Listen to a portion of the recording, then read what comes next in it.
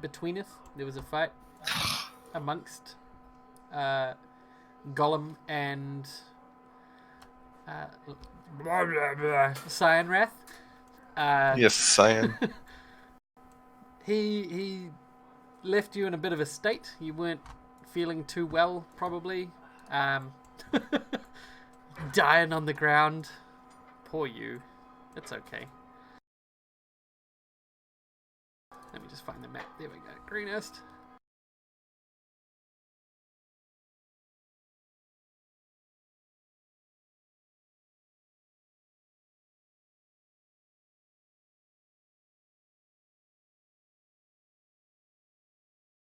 So you did manage, however, in doing this duel, to get the prisoners that were being held by the kobolds released, all but one of them. One of them got killed, right? I think they got him killed.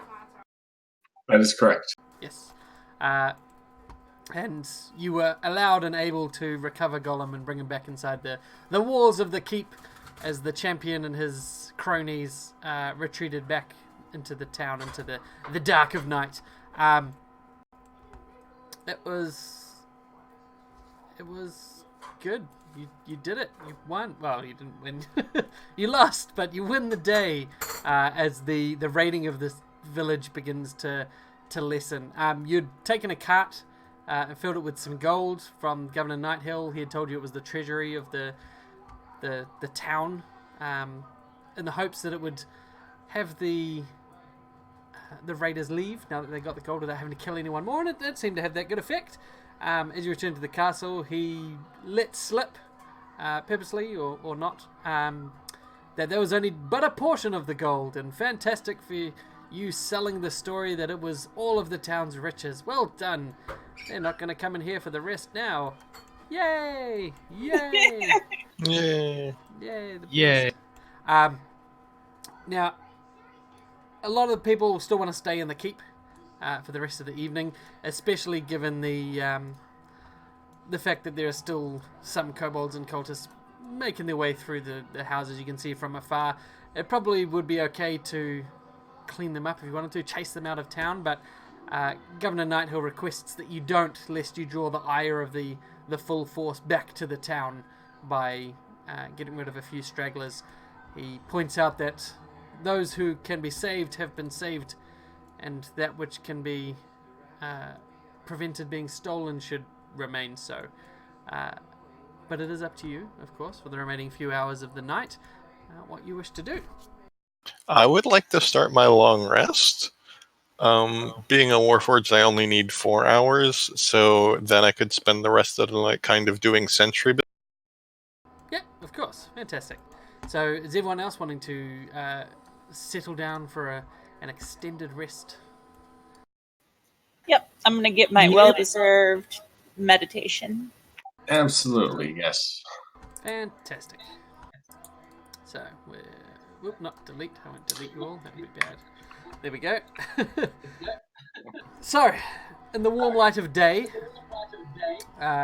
Governor Nighthill and the other leaders, those who remain in the town, so the town council, if you will, those who are alive at least, want to know who was behind the attack on Greenest, and why this town in particular was a target.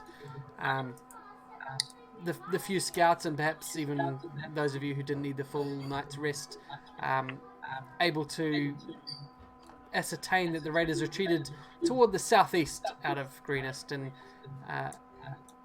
the trail would be easy to spot if you wanted to keep following them, however. But Governor Nighthill has approached you all, gathered you all in the main square of the keep, and has approached you with a proposal. First off, he pulls out a small bag of gold to pay each of you, which is the gold you got at the end, I believe, right? I did give you that. Yep. Yes. So that's the gold. 2,000 each. Yeah, that's it. That's the one. He does offer you some more money if you wish to continue on in service of the town of Greenest. He says, you've proven yourselves more than capable, and I know what I ask of you is much more than I have any right to, but I'm willing to offer you each 500 gold pieces to locate that raiders camp and find out some certain information. I want to know, we want to know where this raiders camp is sited, how many raiders are there, who's responsible for this attack, find out more about this Cyanrath fellow, and exactly what's motivating their attack on this town. And if possible, if there's any other town that's next in their sights. If in doing so you're able to recover any of the town's valuables, I will offer you a proportion of their value in gold for returning them here, but that is not my main concern. My main concern is finding out that information. Of course, I believe that it's probably best that we prevent any future attacks and make sure that none of the other lords suffer the same fate as this town. Or worse. And we did save the food, so they'll be okay until they can restart some kind of emergency trade relation. He nods, and for that we are eternally grateful. Well, I'm quite frankly a little confused that when they got the gold, they didn't turn on us. It's kind of unlike, at least from the tales that I've heard, a dragon to keep their word like that. So either they must be building towards something bigger, or we are dealing with one of the first good colored dragons. I'd say honorable, but I definitely wouldn't say good. Yeah, there's the issue of the murdering that was done here. And there was a lot of it. And there is, of course, unmistakably many of the town's villagers who were killed by the breath of the dragon, and its attacks on the keep certainly did wound and perhaps kill many of the town guard as well that were holding up. So yeah, while he did stick to his word in terms of offering a duel versus champions, good would be a far stretch. Yeah, that is. If I was more vain, I would solid... suggest it was out of respect for how well I did. However, I am not vain. I am Golem. And you did bloody his champion. That you did. Both in and out of character, I'm going to want a rematch in a couple of levels so I can clown on Cyanrath. More than happy to follow the camp until I've killed enough sheep in the wild to take him on again.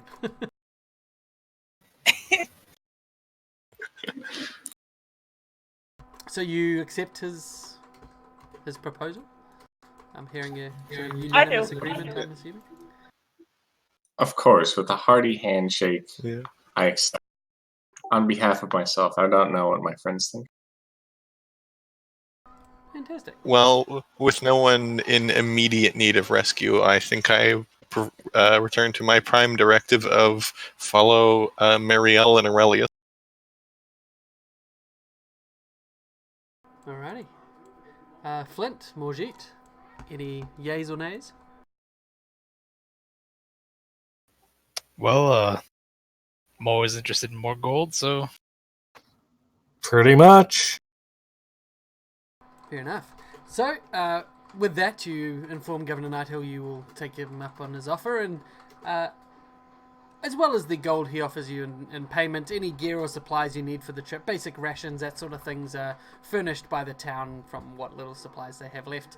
As you're all preparing to set off on this mission on the behest of the governor, an injured monk approaches you, walking up to you, limping heavily on his bandaged left leg. It looks like he's sustained quite a wound the previous night, and he says, I hear you intend to follow the raiders and see where they've gone. I'd like nothing better than to accompany you, but in my condition, he gestures to his leg, I fear I'd only slow you down. But in the midst of all this tragedy, there's no reason you would have heard about the fate of my master. Leosin Erlenthar, but it's important you know before you set off. Do you have a moment to speak with me? Of course. What did you say your master's name was again? His name is Leosin Erlenthar. Here, let me write it on a napkin for you. He writes it on a napkin for you. He's a monk from Burdusk, a town not too many days' travel from here. He disappeared last night in the attack. We fought a particularly savage battle against some of the raiders, the cultists. A few others and I managed to fight our way to the safety of the keep, but just barely. Leosin, he didn't make it at all. We went back this morning to look for him, but all we found was his broken staff and this choker, which he always wore. So you think he was taken prisoner then? He nods. Prisoner or food, heaven forbid, but I hope if you're going to follow them, you might have a chance to find him. I fear if not captured, he might have tried to infiltrate them when they retreated, or worse. As I say, food for the kobold masses. Oh, absolutely. I can't think of a worse fate. Well, it is good news that you haven't found his body. Is there any... Does he have any recognizable features? Does he have any, key markings?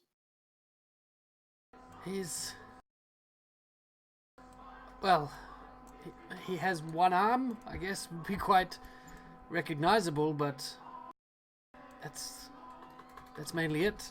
Short black hair, a beard not unlike mine. Yeah, he offers you a description. Mainly the one arm is the bigger giveaway. Yeah, I don't think we'll find too many one-armed bandits in that encampment. So I don't think there's much of an issue of us mistaking him for one of them. Nods. Not unless chopping up their left arm or so is the rite of initiation. That would be awkward. An entire camp filled with people with one arm. Between the That whole would be easy to camp. take out. Yeah, it's true. Emergency ration. There wouldn't be many archers, I can tell you that much. Really good jugglers with crossbow. He goes on to tell you as well that Leosin has been investigating these raiders for months. He knows them pretty well. He's been following their footsteps for a while, and I mean, if you're wanting information on them, he would be the man to talk to. That is good to know. You said that he was investigating, or both of you were? He was what, sorry?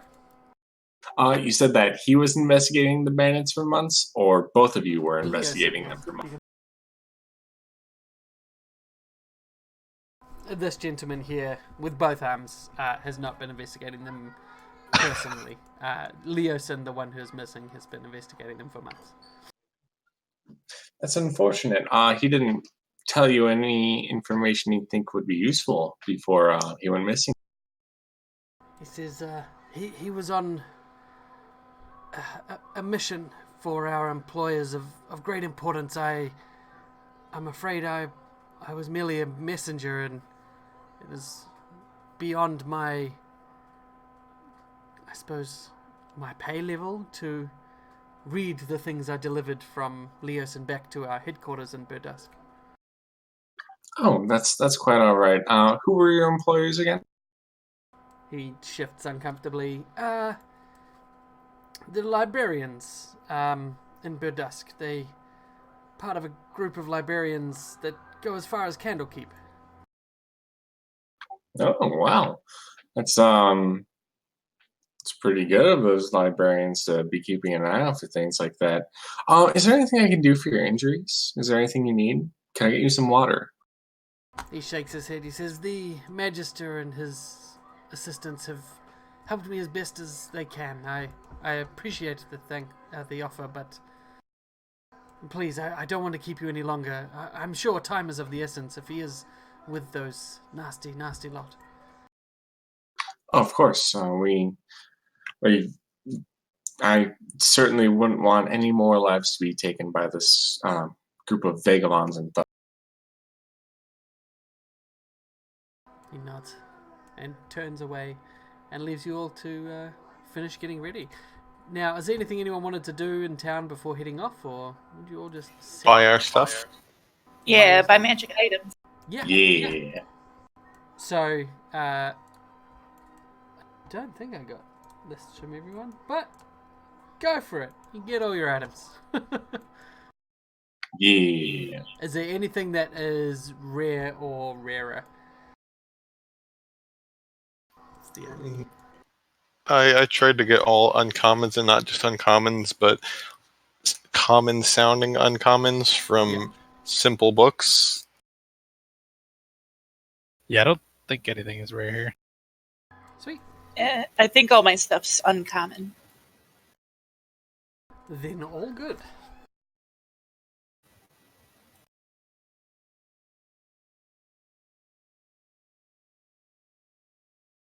Yeah, one of them's even common.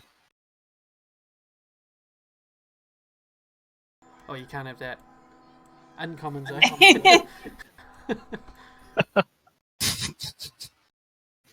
I'd like to get a Orb of Life conversion and a Brooch of Shielding.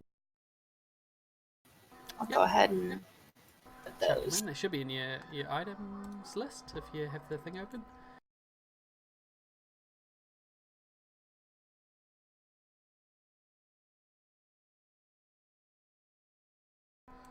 Alrighty.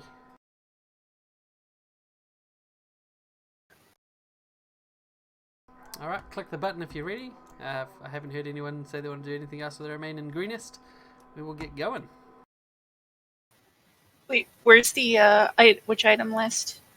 It should just be on the right hand side, items, or press the library button if the thing's not there. It should have all of the items if you've got your modules open. It doesn't have anything for me. Like, I see the items thing. So if you click on the library and go to your modules and make sure the 4E items and rituals module is activated, that has every item in 4th edition in it. Okay, how do I... oh, there's the modules, but... Yeah. And then just scroll to the 4E items rituals. Okay, thank you. Sweet.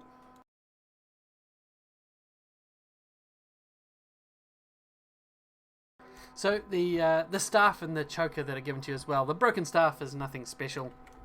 The choker is a braided leather neckband with a silver dragon design chased into the leather. The ends of it are ragged as if it was roughly torn off as opposed to unclasped. And otherwise there's not much else of interest there. But you all set off. The raid. Oh, actually, sorry. One person hasn't ticked. Is someone not ready? Someone not wanting to push on? I'm still figuring out the module thing. Sorry. That's all right. No problem. I can figure it out as we go. It's not loading for me. Might just take a while because there's like 11,000 items, so it might take a few moments once you've clicked the load button. But otherwise, if you just run through what were the items you needed, I'll link them into chat. Orb of Life conversion and Brooch of Shield. +1 orb? Yep. Sweet. And what was the second one, sorry? Brooch of Shielding. I have one of those too. Nice. There you go. They've both been linked into chat. They should work. Thank you. Okay, so the Raiders' path, as I said, the scouts can see pretty clearly where they've gone. It's easy to follow across the rolling grassland of the green fields outside Greenest. A wide swathe of grass is trampled down, but it's impossible to determine the Raiders' numbers precisely. The path only confirms what you already know. There were a lot of them. And there was a mix of humans, kobolds, and trained reptiles, your favorite. I will, however, get one wisdom checks from each of you, please. Oh, that's like my best stat.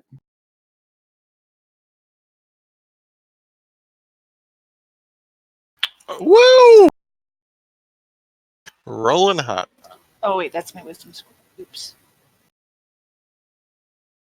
Do you want to go back to the 11? Yeah.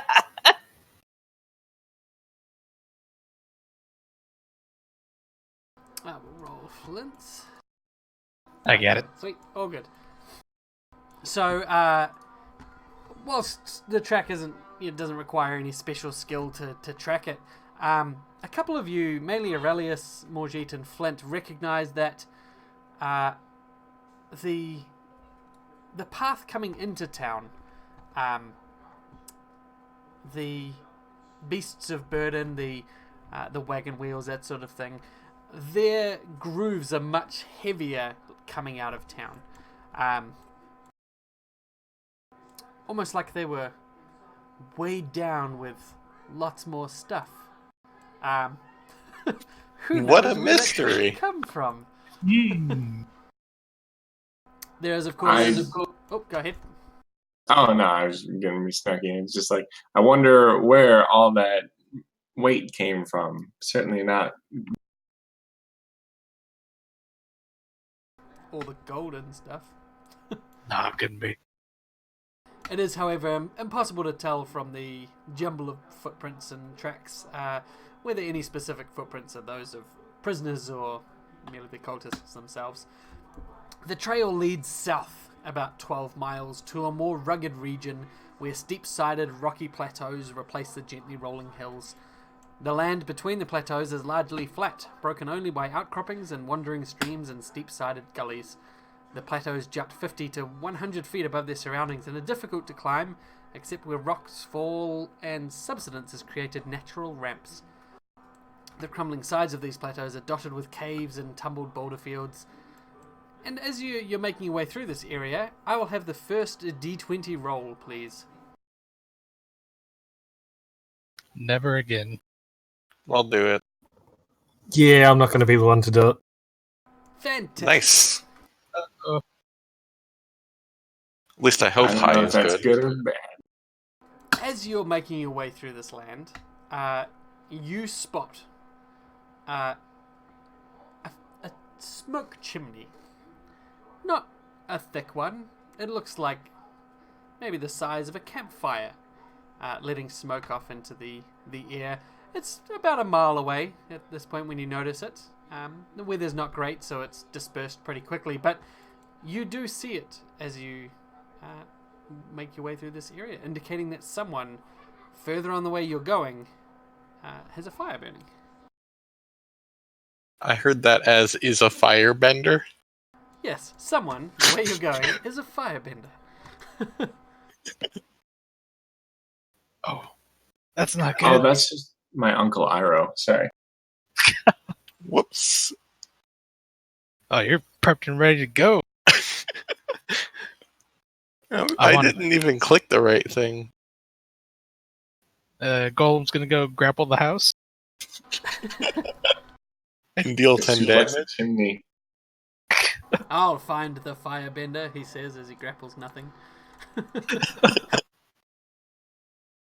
So as you get closer and closer to this fire, you do see that the path you're following, the tracks you're following, continue on, and this fire begins to run sort of parallel. So you need to take a small diversion. It is only about 100 to 150 feet off your path, but there appears to be sort of rocks and trees surrounding where the fire's burning.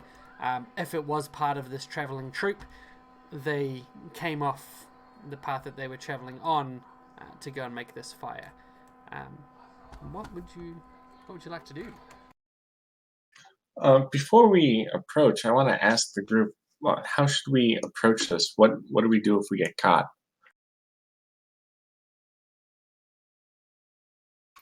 Same thing we've done every time before. Well, the reason I bring this up is because, like, I mean, our presence is kind of accountability for Greenest. So if we show up and the dragon's like, well, you guys broke your word, so I'm going to go destroy that town. Should we try to like play ourselves off as other people? We do kind of stick out.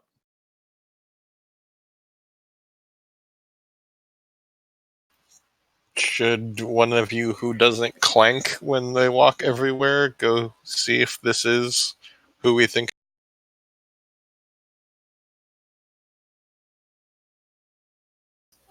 Sure, why not? We'll stay within shouting distance. Yeah, that should be within screaming distance as well, right? Yeah. So, Flint, you're volunteering to go and check this out? Sure am. Alright, roll me a stealth in the tower, please. I don't want to do that. Well, that's not too bad. Oh dear. Yeah, it's not my executioner. You approach this area and you start to move your way through the trees, and you swear you've never been so quiet in your entire life. It's almost like second nature. You're able to find bits of the ground where the twigs don't crack underneath, and you're able to move through without disturbing the trees even a little bit. Where you're moving through, the bushes are moving less, then the wind is unsettling them all around. And you can see this clearing. There's a small... you strike the tree. Oh, I'm sorry. I was trying to test something, making sure I didn't fuck up. Anyway, I'm listening. Yes. Yeah. You can see through the crack in the trees a small sort of low area where this fire burns, and you see sitting around the fire what can only be described as probably a group of stragglers. Appear to be stopped to roast a few small birds, maybe hens, prairie hens. They're cooking them over this campfire. The low spot of the ground that they're in offers some protection from the wind, and it would be a decent place for anyone to put up camp, really. Tall boulders have rolled into a loose jumble around the area, but they're pretty exposed out here in the big open space. You see roughly 4 or 5 cultists and about twice that again of small kobolds. Now they look entirely unimportant. Some of them are runty or wounded. These appear to be no real rear guard, but more a straggling group struggling to keep up with the rest of the raiders. Alright. And doesn't look like they have anything of import nearby, like there's no carriages or anything. There is no carriages, there's no items. There's most of the cultists, their weapons are leaning against rocks. They're not even sort of holding them. The kobolds are milling around fighting over bones and scraps of meat, but yeah, not much here of value. And they're most definitely heading away from Greenest. Yeah, you assume these lot are following the same path as the others, but they've just come over here to seek shelter for a bit of a feed. Alright, I'll head back. Okay, head back and assume you inform the others. Yep. So, seems to be a band of stragglers over there. Some cultists, some kobolds, nothing important. Okay. What does everyone think? Do you guys want to take prisoners or leave them alone? Prisoners would slow us down. Fighting would slow us down. We risk one of them getting away and warning the rest. They're not threatening anyone at this moment. The only issue I can see is that if we do go on ahead and we end up, Thank you so much, in a scuffle, they could be bringing up the rear. We'd be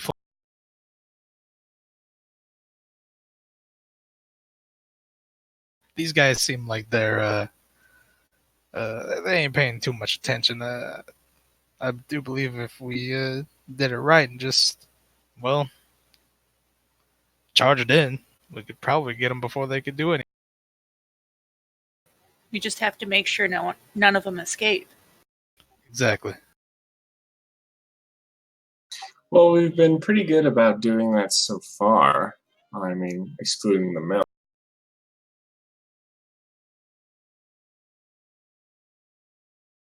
What do you think, Margit? Mojit thinks this is a fool's errand, but I do not feel like getting stabbed in the back while we infiltrate their camp either. I vote we maybe thin their ranks, see if we can drive them back towards Greenest for the guards to take care of.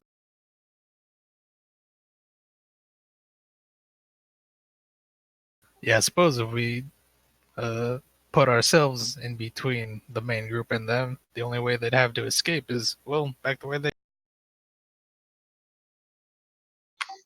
Back towards Greenest? Yeah. I think that sounds like a good plan. Go on, Mario. The logic of keeping them from attacking us is sound. So it sounds like you're all preparing to take them on. Either kill them or corral them back the way you came. Think a good surprise attack would take care of them. Alrighty. So while we're on that map, I'm going to say that anywhere this... actually, no, I won't use a square.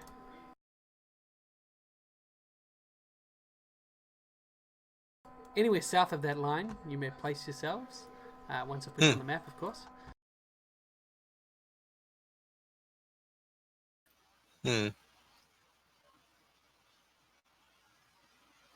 Should we be over on the other side of the road, or should we loop around from the side? Now, to the north, west, and most of the east of them is those large 60 to 100 foot outcroppings. They're sort of in this lower bit protected from those other directions. This is where they sought shelter for their little camp.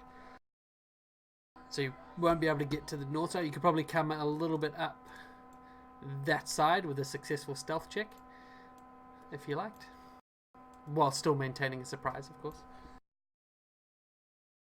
I don't think I'm particularly stealthy, and in fact, pleasantly surprised they haven't already heard me. You got some healing surges, though, so I mean... I'm kidding. Reroll my stealth checks until I finally get a 20. Still get hurt anyways.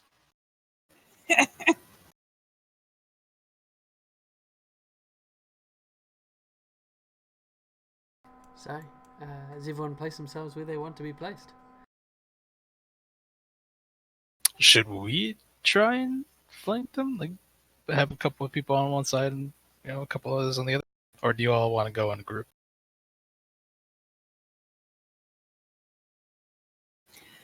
I'm try fine either way. 12, that's fine.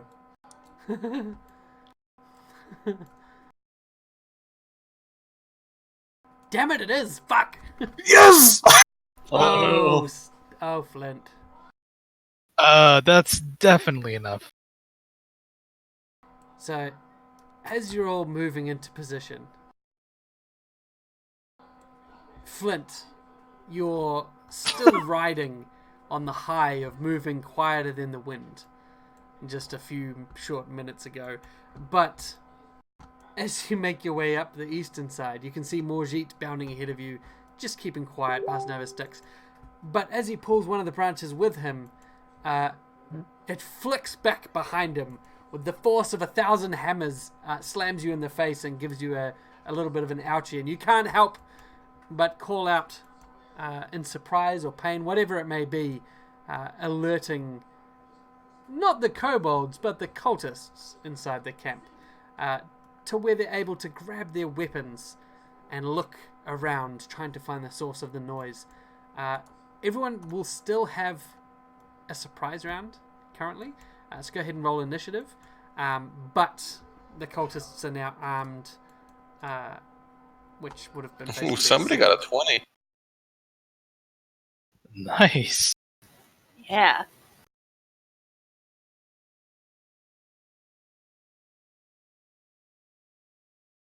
I'd like to make a nature check to try and do a bird call to throw them off. Yeah, go on then. Son of a bitch. Yeah, that just seems to get the cultists' attention even more. You hear one of them say, "Sounds like someone's trying to be a bird," and the cultists are now not considered surprised. Only the kobolds. Ooh. God damn it. So I'm just imagining him doing the job like, caw, caw, caw. Caw-caw! Caw-caw! Ticky-ticky-ticky! That's not right. That bird had never been seen south of Baldur's Gate. Cooey! Cooey! Marielle, you start with a whopping 21 initiative. Okay. Sadly, none of them are grouped up. So I'm going to do something pretty... I think I'll move up to right there. Remember, it's surprise And round, I'll so just- you only have a single action. Oh, right. Sorry. I'll just mind block Kobold Minion. Alright. I'll,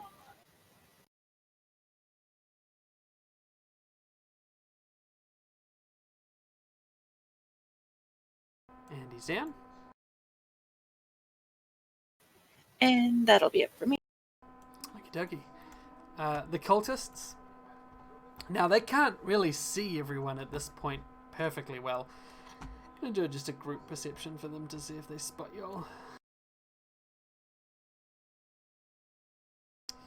No, so they're looking around. They don't see much.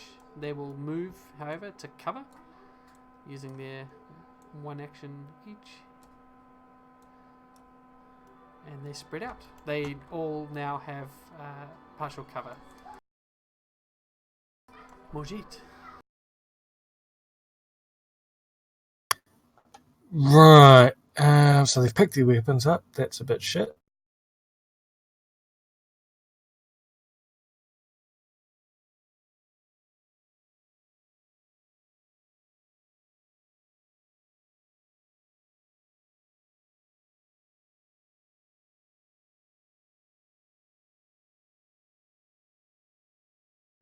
When suddenly, Oh boy. spoon.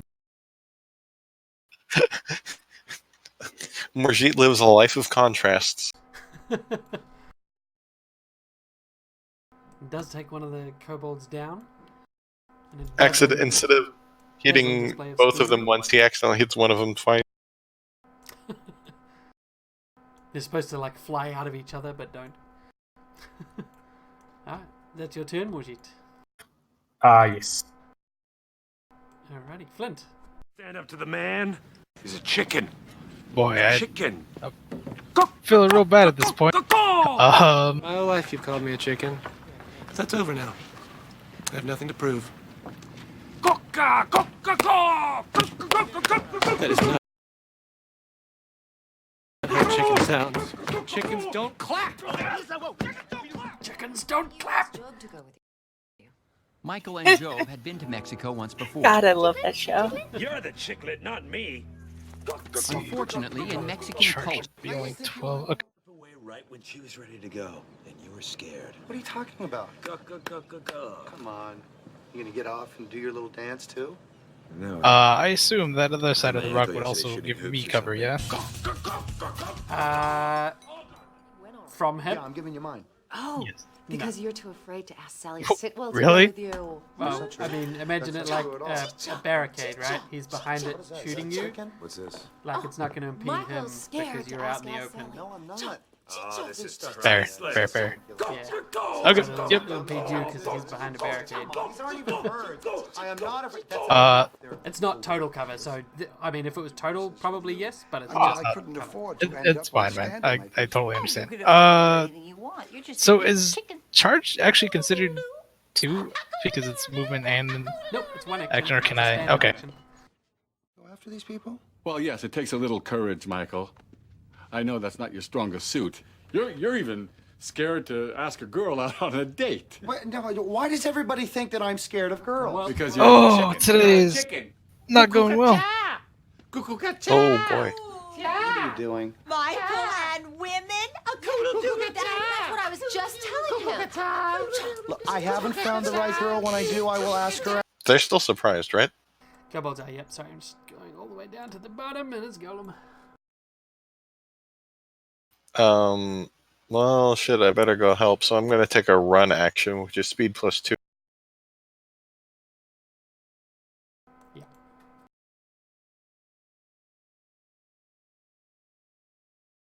And I guess I grant combat advantage? Yeah, any of Until them my minus next 5 turn? on attacks until start of your next turn. Yeah. Okay, well, that part's not especially relevant.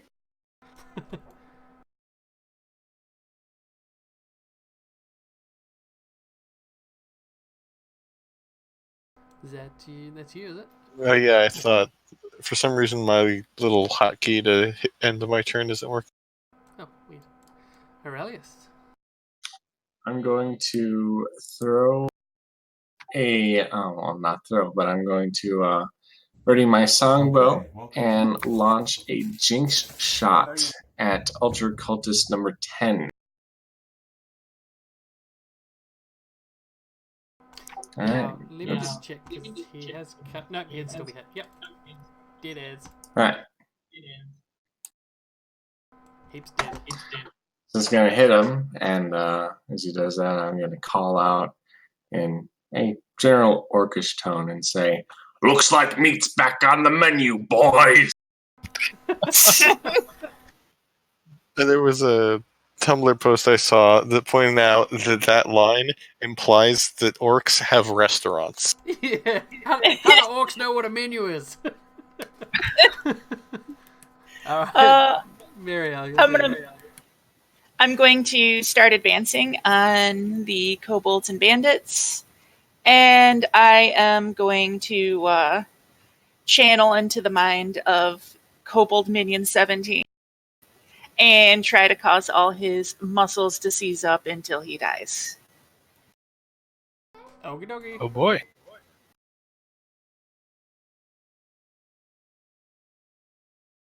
Yep, that'll do it. And that's it for me. Okay, the cultists shout out to the minions, "Run! Run away!" And they start releasing shots from their shortbows towards those of you who are attacking. One from each to each of you.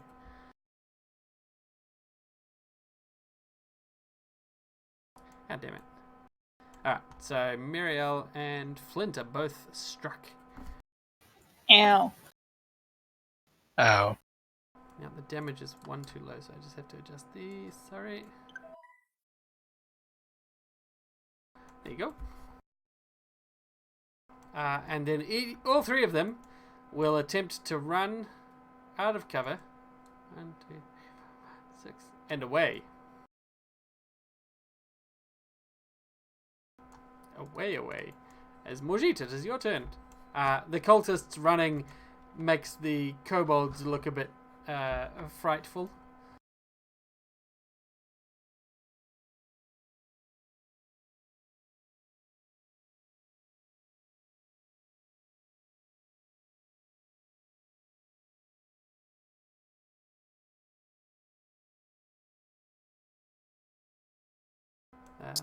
I'm gonna have to run. Oh, sorry, I haven't locked tokens, have I? Sorry. There you go. No. Sorry. Did it right in the middle of your movement.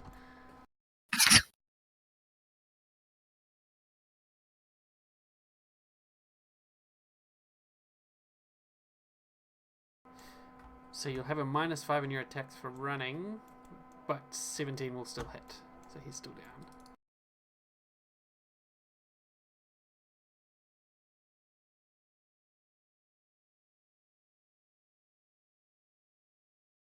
Flint, you're up.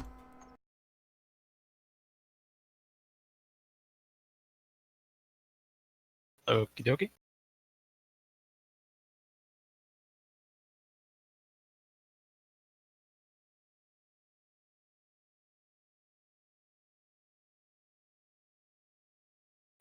He's still too far away. Ugh. The one next to you. Nah, I don't care about minion. They're all minions.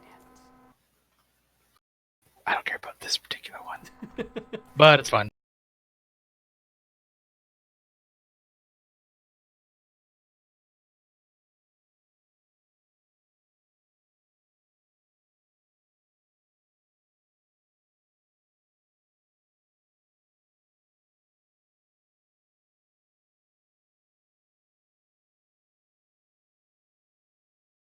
Kersplat Kersplow. The kobold goes down. The kobolds to the north of the camp, they're very much just bug-eyed and trying to run away. One of them, however, is going to move 1, 2, 3, 4, 6, and then charge at Flint. But the other three are going to follow their good friends away. In fact, bounding past them with double moves to get out in front of the cultists who admonish them for being frightful fools. He's going to fucking fail miserably at hitting anything. Nice one, man. Thank goodness. Golem, it is your turn. Alright. So what's the equivalent of taking a full round to... Do I just run twice, or is there a different thing? You can move twice, just your move speed, or you can run with a single move action, which gives you 2 extra squares, or you can run twice, which gives you 4 extra squares on top of 2 moves. The only thing is, if you run at all on your turn, you get you grant combat advantage -5 on attacks to the start of the next turn, and I think that's it. Okay, well, I'm going to make one run there.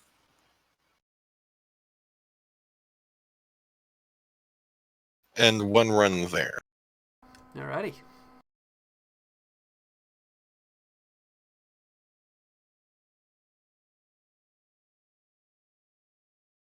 Aurelius.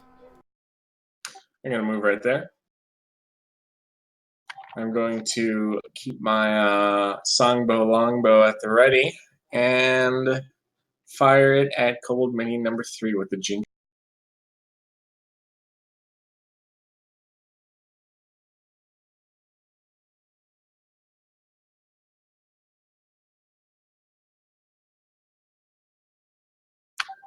And then I think it's going to be my turn. Doesn't look like anyone needs any heals or anything.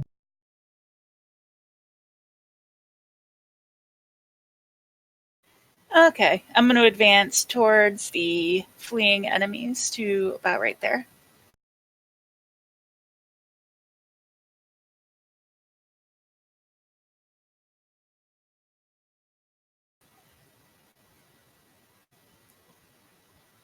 Oh, can you hear me? I can. Oh, Yep. I can't move my token, so. Sorry. Spot. Just imagine that you have. Keep saying it. If I don't move Oh. it straight away, it's because I'm flicking through windows. Oh, it's okay. Sorry. I'm going to go ahead and or what do you call it? Break the focus of Archer Cultist 9 by using my psychic powers to distract him. He's indistractable, but you can try.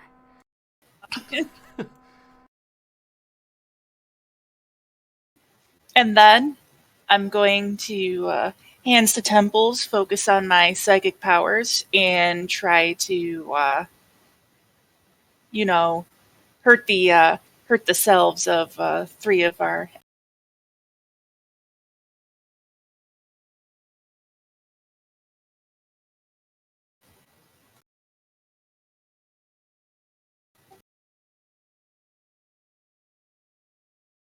Nice. Yeah. Only one miss. Oh, and it was the one that told you he was indistractable. Yeah.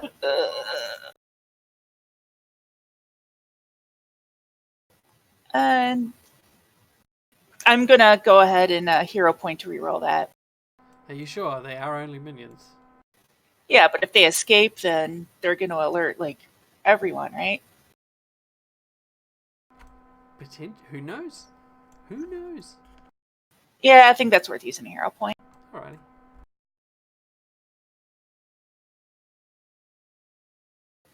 Really?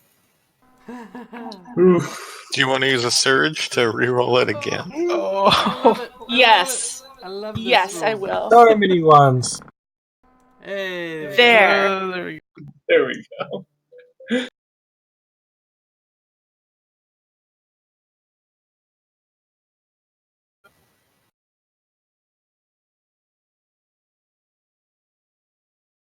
Did. And that should be it for me. Alrighty. The cultist flicks off an arrow in your direction. Look, Right. more ones. Everyone's rolling low today. I know, Yeah, it's what a terrible. night.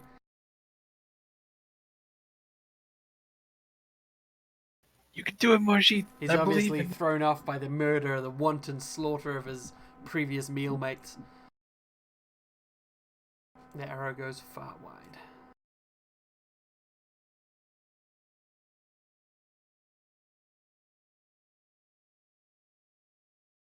So you're running? Yep. There you go. Oh, okay, sorry. I'll remove my model.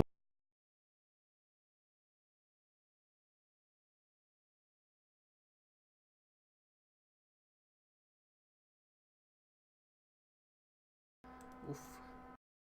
Do you want to spend a surge? Yeah. Yes.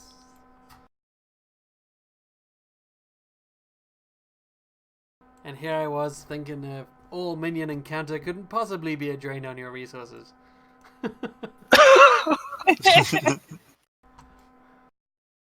Fantastic.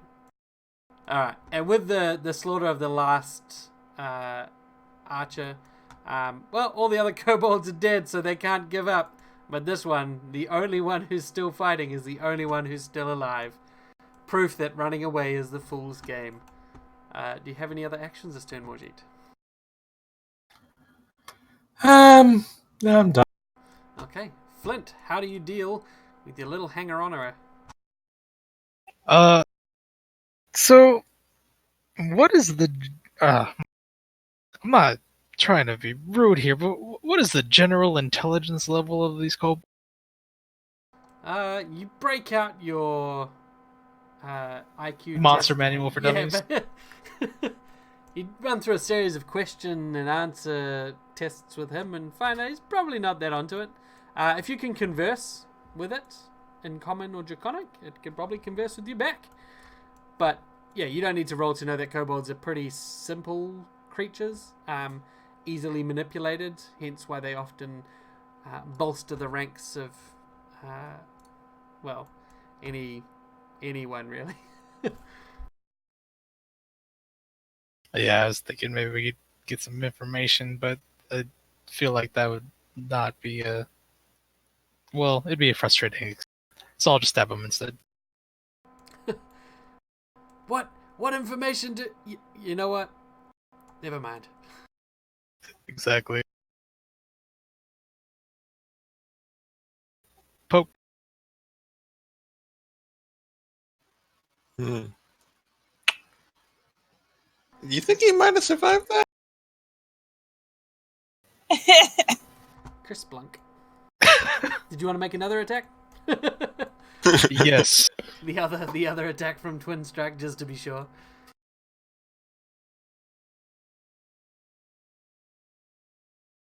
It's very dead. That is one dead kobold. It is. Now that you've all cleared out this area, you see that it is pretty much just what you had seen. A group of stragglers, one of the sacks over by the campfire, that looks like, a little carrying sack, not any sort of large stockpile of treasure, has a single plate from the town stuffed down the side, probably a cheeky kobold or cultist looting for themselves beyond looting for the group as a whole. But otherwise you just find some skewers with dried bits of meat on them, a couple of bits of bones carved into basic knives and forks, and a tibia that's been shaped into a large ladle, which is quite cool. Morgit, you might be able to find a buyer for that for sure. Crockeries and cutleries are your forte.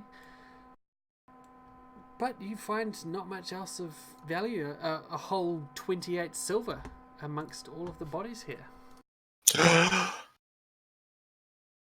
Which shares out to approximately 5 each, with 3 remaining in this party sheet. Totally worth it. And who doesn't love silver?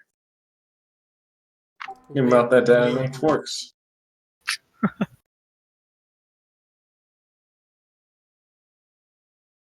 So, do you stick around or do you press on after a brief rest? I don't even need a short rest. Yeah, that's a dumb question. You'll push on after a short rest, and the path you follow begins to become fresher and fresher as you go. You're making probably considerably better time than the stragglers whom you just dealt with, and you find that you're not getting. There's not as much delay between the grass and the mud that's been sploshed here. You find some still warm campfires that have been set up to cook whatever or keep people warm as they pause for short breaks. Find fresh urine and feces from the beasts of burden they use to pull the wagons, and probably them also. But you also stumble across a crossroads. Ooh. Let me just share the map and then go send a child back to bed 1 second.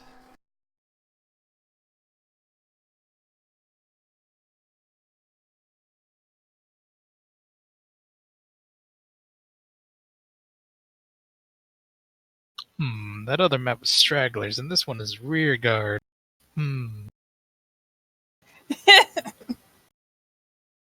You're looking at that wrong. That's actually how you spell crossroads in Elven. Okay. Well, thank you. I'm not too familiar with the Elvish language. Well, as the resident expert, I figure it's my duty to help.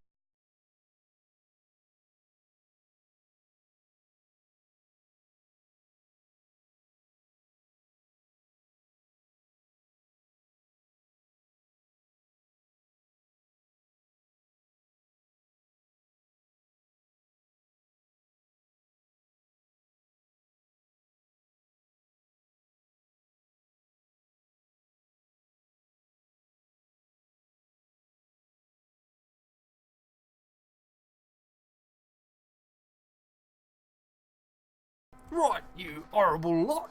Someone's got Lord of the Rings in my head now. You come across a crossroads. I already said that, didn't I? Now the path you're following, the Raiders' path, continues forwards, so north from this map. However, there is a not insubstantial amount of footprints, including a couple of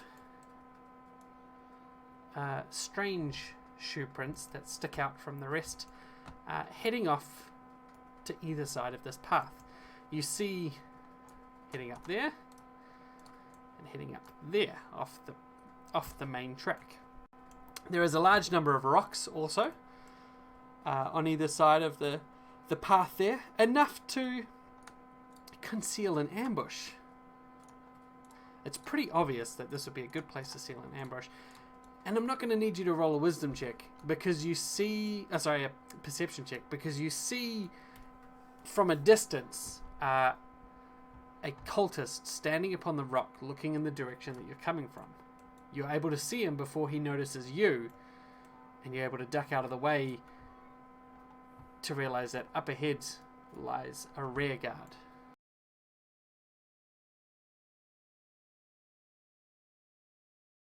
I'm gonna have to fail another stealth check.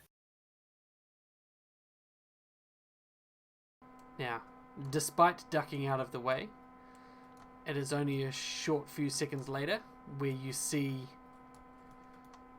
that cultist that was standing on the rock duck back behind the rock, or duck down below the rock.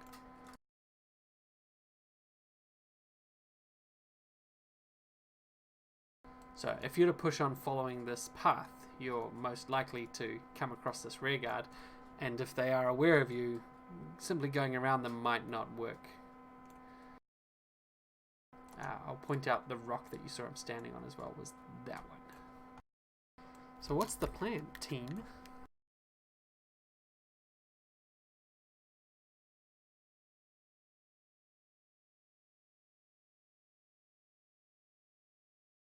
I'm gonna defer to someone else. I already know my plan.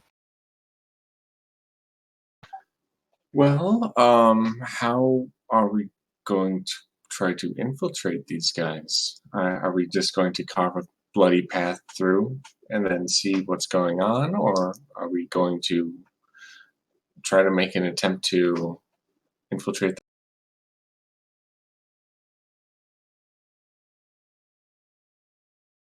Well, I suppose we could kill the cultists and then take their robe.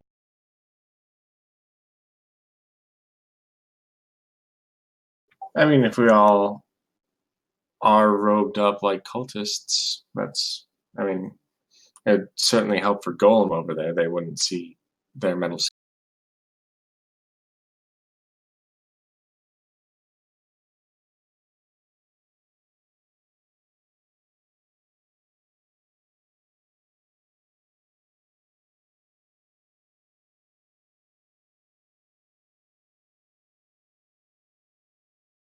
So Is this like a gully or like going into a gully? So where the rocks are is maybe like a 5-foot incline from the road to the grass. Right. So easy enough to traverse up and down. That's not at all what I was hoping you'd say. Oh, sorry.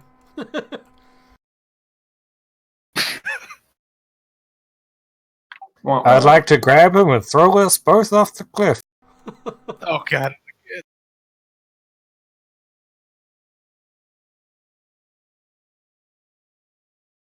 Were we able to get a numbers count before we ducked down, or do we just see the one? Just see the one.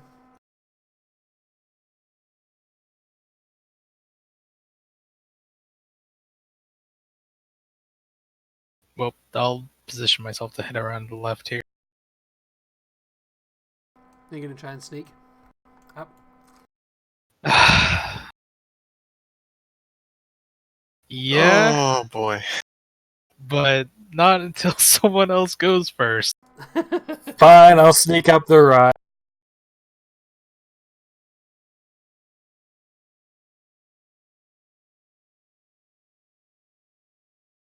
Nice.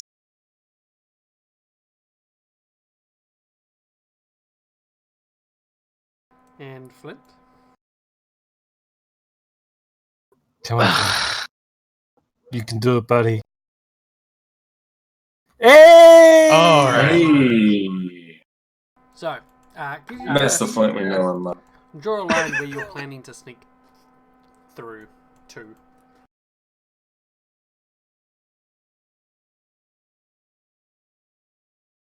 Kind of that general area there. Okay.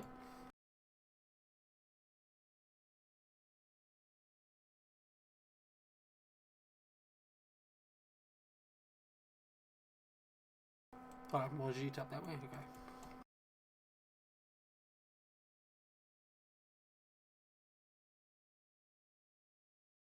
As you two make your way around the side here, you aren't spotted, but you get a glimpse of a number of cultists hiding amongst the rocks, looking down at the other 3 members of your party as they approach. You can see that from this, even the slight incline, it's actually a very good view of the others as they approach. They're more than aware of the rest of the party, for sure.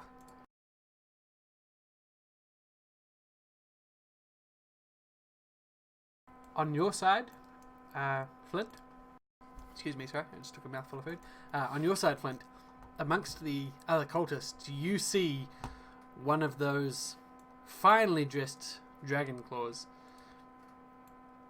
wearing the mask, those horned dragon masks, the ones that were present in the town there. One of the leadery types. Oh yeah, the ones the with leader of the small big group. fucking mason. Yeah. Wonderful. Exactly the very same.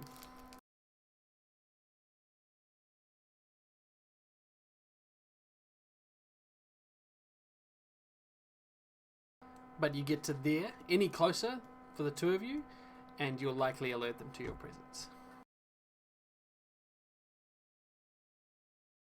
I'll kind of try and get the group's attention and put up 5 fingers and then kind of make a mask on-off motion with my hand, Yep. Do you do like the hand waving in front of your face and frown to smile to frown to smile? Exactly, yeah. Perfect.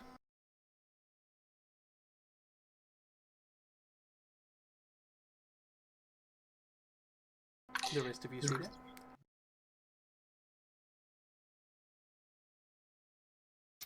Golem has no idea what that means.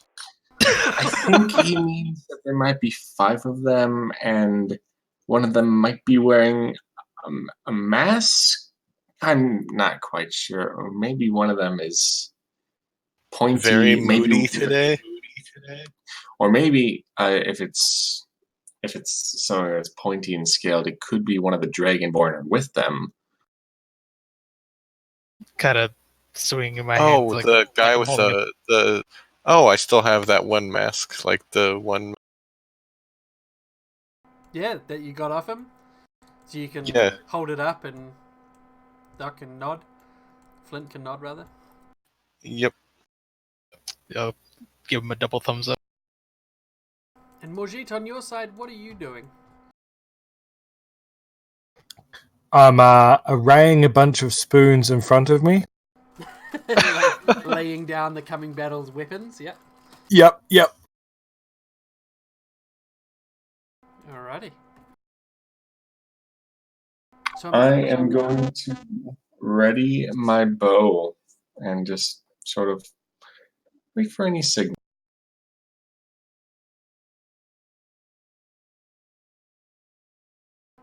Now, as the three of you down the bottom are sort of readying yourselves, steeling yourselves for the fight, Flint, from your hidden position, you see the dragon claw climb down from the rocks out into the open and step across into the path some ways ahead of Miriel, Aurelius, and Golem. And he calls out in a jovial, friendly tone. Halt! Who goes there?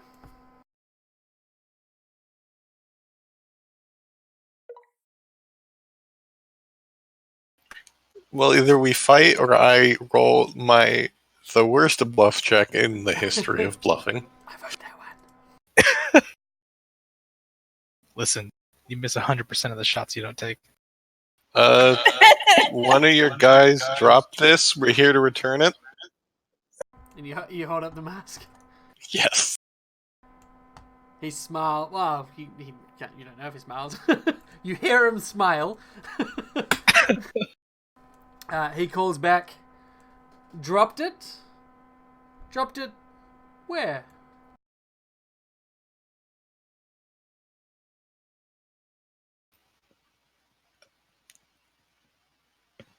You know. That's it? You just stop? His life is called surprise, motherfucker! And I let loose an arrow. A bit down the road there was like a camp, and like it looked like it'd kind of been abandoned, but this mask was sitting. He tilts his And head. it wasn't hard to guess where you all went. Oh, it's okay if I start slowly walking towards him, like holding it out. Absolutely, you guys can close the gap there. Does everyone want to move That up? is because that is my whole plan here, is just to stall until he's in charge, right? Yeah. So Aurelius and Muriel, you'll each also have a movement if you wish to step forwards. They're obviously all aware of you.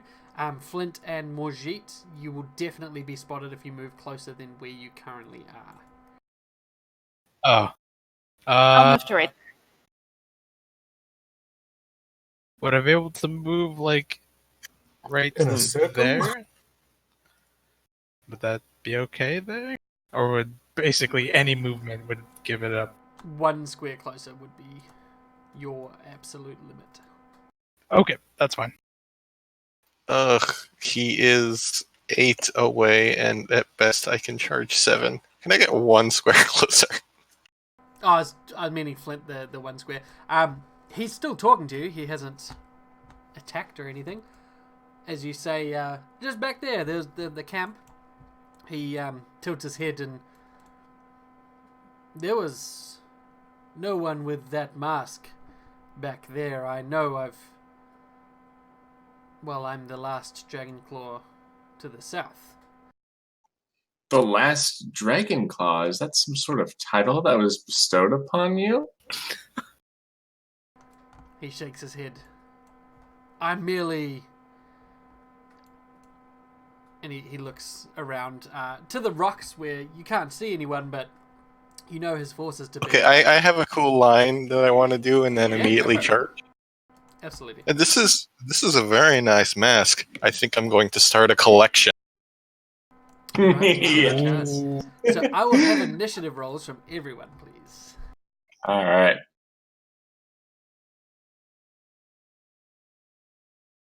Oh yeah, rolling 2s. Come on, go. Oh, these Get rolls the initiative roll to match the words.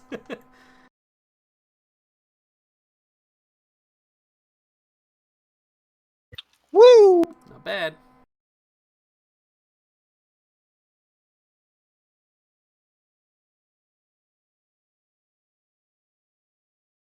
You know what? I'm going to say you won't get a surprise benefit from him, from the having a surprise round, but you will get an action as a surprise for the charge. So you'll be able to do your charge before your normal turn. Yes, excellent. And I will allow Flint and Morgit to have an action each as well at this point, following your lead, because they were both waiting for your signal, as it were, poised above them. You know what? Fuck it. Have a surprise round, everybody. Woo! All right, charge it.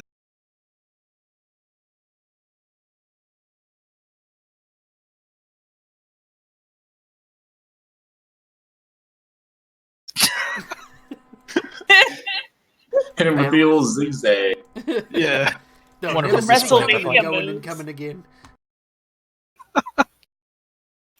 Pretty sure you can legally zigzag, because the only important thing about charge movement is that it always brings you closer. It's true. Ah, cultist down. As the cultist goes to react to Gollum suddenly lurching forwards, he pulls his bowstring back, only to be met with one of your blades. Instantly dies before he can release it. Gollum, your turn. I'm gonna wreck this guy. Gonna wreck him. With my new encounter power, Bull Charge. Oh dear. And I'm gonna roll. Oh, I thought I rolled a 1. Yeah, I saw 1 as well. Alright, on a hit,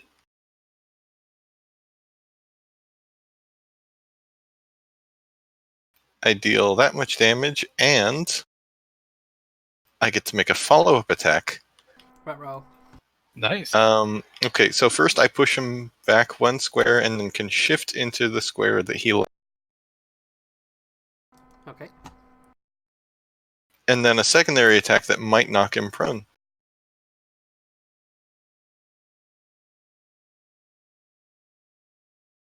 Nice. Sweet.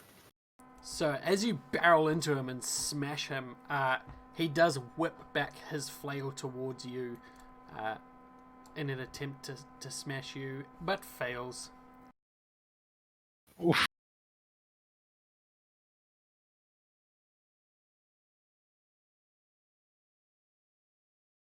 And I did mark him if it wasn't obvious. Yeah. Morgie. Spoons! I'm gonna hero point that one that missed. Alrighty. I'll kill these ones first because it's gonna multi-target attack. It's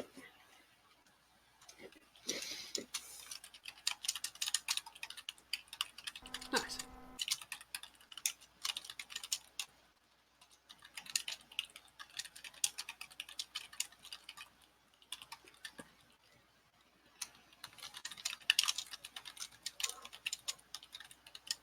Yep, that's him too.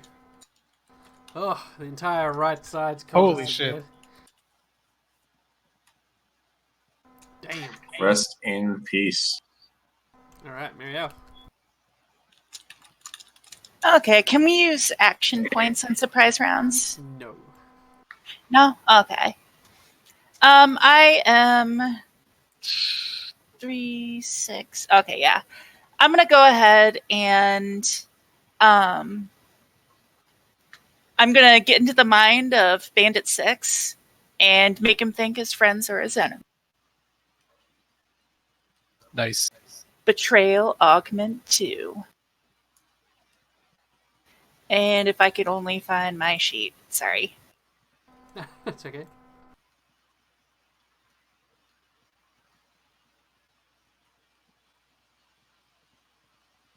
All right.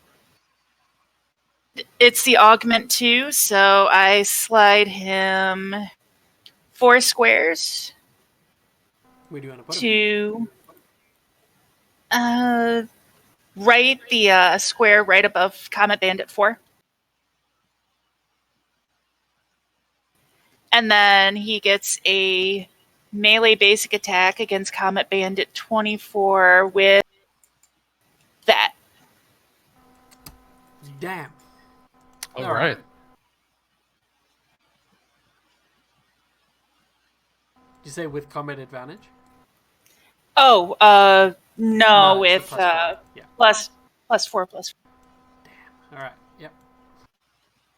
That's a good hit. And he bloodies him with a smash of his mace. Nice. And now he's dazed. The one who hit or the one who got hit? The one who hit. Oh. Alright then. All right. I am going to take out my songbow. Well, continue to take out my songbow and play the string like my harp. Almost like it has its sort of magical property to it. And sing a rendition of the Boney Boys for Common Bandit 24 with a staggering note.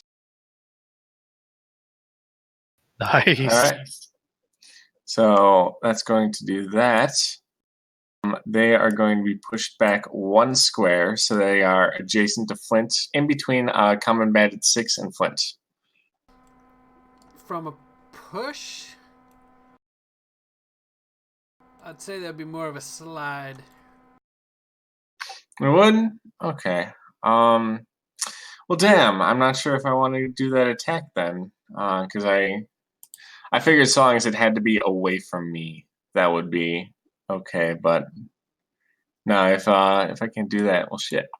Well, both of those squares are the same distance away from you, which is the reason I'm saying that. They're both 10. Okay. Yeah. Sorry to be a stickler on that one. Yeah, that's okay. In that case, would Common Bandit 6 count as an ally then to be able to make a melee basic attack? We'd have to. No, he's not dominated. Okay. In that case, what's the distance between me and Dragonclaw?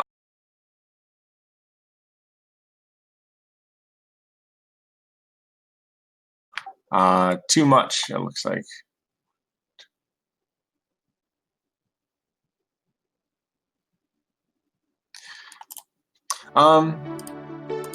In that case, would it be okay if you undid the damage on Common Bandit 24 so I could do a Prophesied Strike on Dragonclaw? I did 1,000 reps every single day.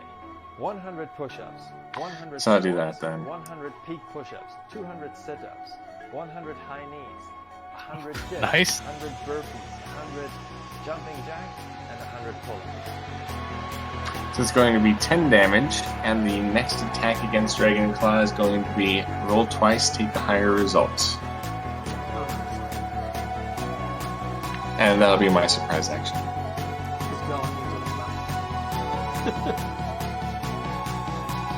Gotta get them buffs, man. So I'm just gonna flick down a shot towards you, Clint. First day is over. Smashes you. It took me now He's gonna 1 duck hour. behind this big and rock. He is now totally 15 concealed minutes to complete. from the south and east. Clint, it is your turn. That's very rude.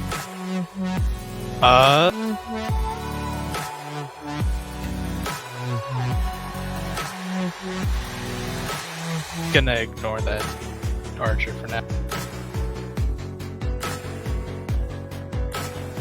Did you see what Zool said in the chat?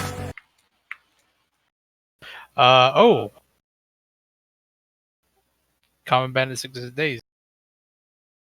Yeah. So if you just go to the one to the right, then when Common Bandit 6's turn comes up, he can't charge you. Sure, I'll just move on over to the right there. So I'm assuming you're gonna go to that square and then up and not get the up attack. Yes.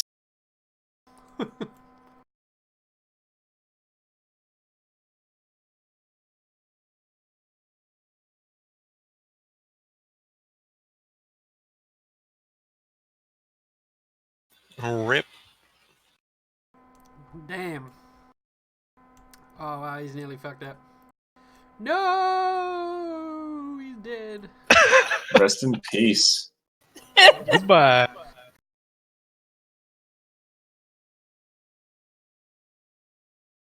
All right.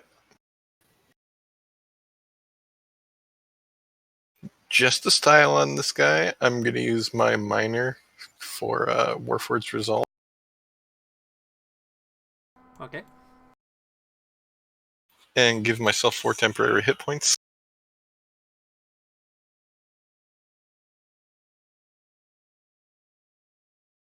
And then I think I'm going to... Oh, damn, there was a feat I'm considering that'll be really fun. It would make it hilarious, but I don't have that feat yet, so I'm just going to Steel Serpent Strike him. And remember to roll twice and take the better result.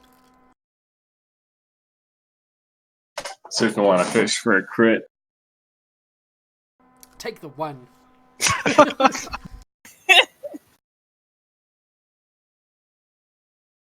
As a GM, I'm going to unilaterally say that's the better result. Oh yeah, of course. And he is slowed and cannot shift until end of my next turn. Yeah, he's already lying down. So he's going to stand up. Oh, actually, he gets to do a smash back, sorry, on your turn. Well, fuck. Good try, though. Like, good try that time. Really good try. Why is he hitting like a wits? It's because you guys level 3.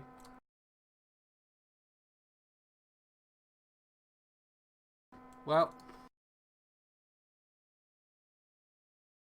To be fair, even at level 2, that still wouldn't have hit me. My AC was already right. 21. Oh, fuck off! Come on! I think that's my third one that I've rolled this session. There's a lot of ones going around there's this a lot session. of ones. Alright.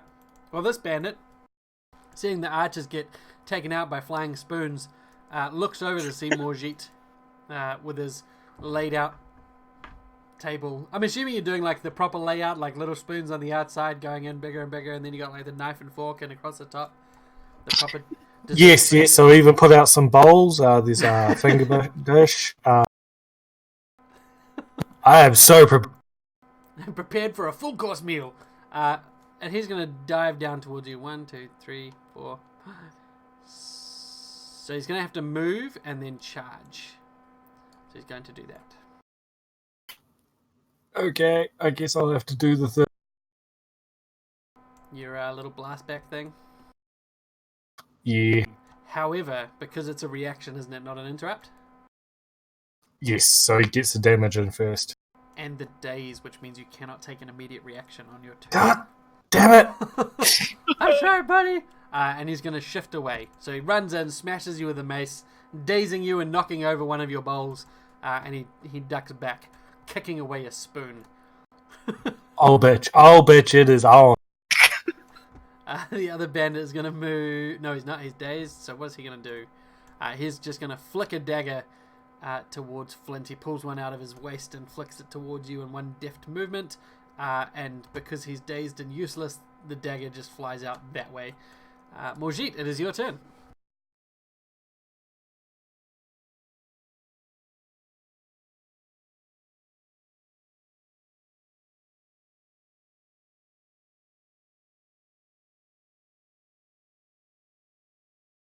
And I get to slide him one square. Do you want him towards you or away?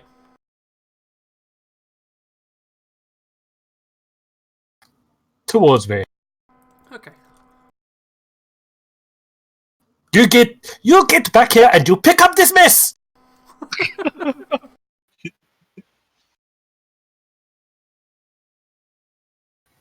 Okay, time for some fun.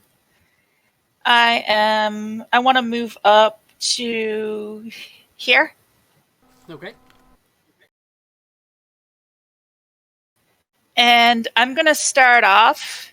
I'm going to get into the mind of the dragon. And I am going to ruin his concentration in this fight. With my mind powers. Then, I am going to get into the mind of Bandit 6 and turn him against his friend, the Dragon Claw. Oh, augment 2, by the way.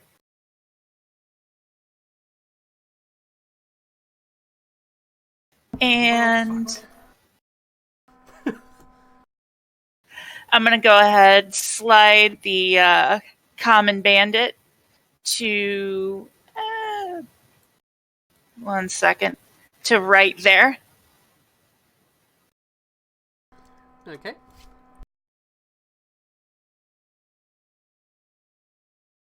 And then he's going to attack the Dragon Claw. Okay, is he still meant to have the attack 4 damage 4 from before? Yeah. Damn. Oh, I hit it again. So he has a new attack 4 damage 4. Yep. Okay. Ugh. Goodbye, Dragon. This is hilarious. This is absolutely hilarious. They're rolling really well on each other. These guys are having a rough time. Yep. And then I am going to action point.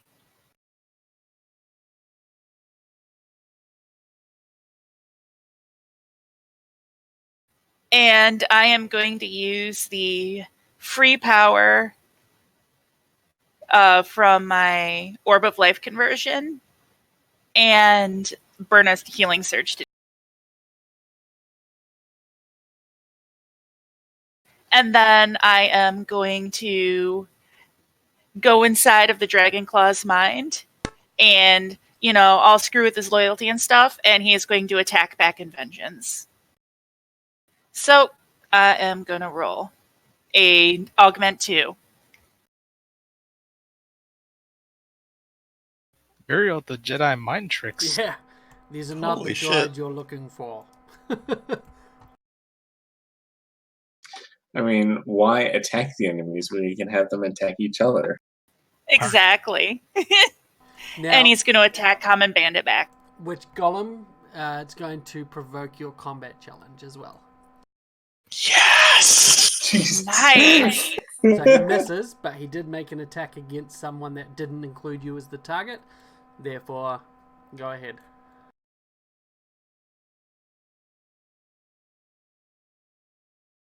Whoops, wrong attack, but same attack roll.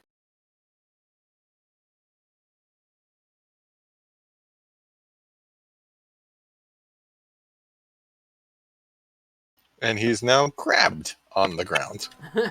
Nice. And then that should be it for my turn. Anyone who keeps exactly one square between both of them will probably, because they're both dazed, they won't be able to melee attack.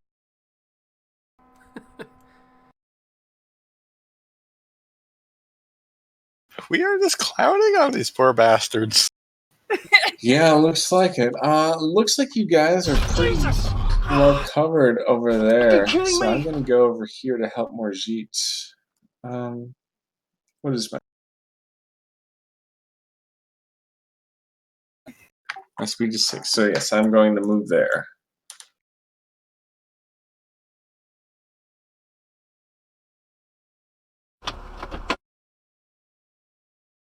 Alrighty. Now that daze, that's end of Morjit's next, end of the bandits next.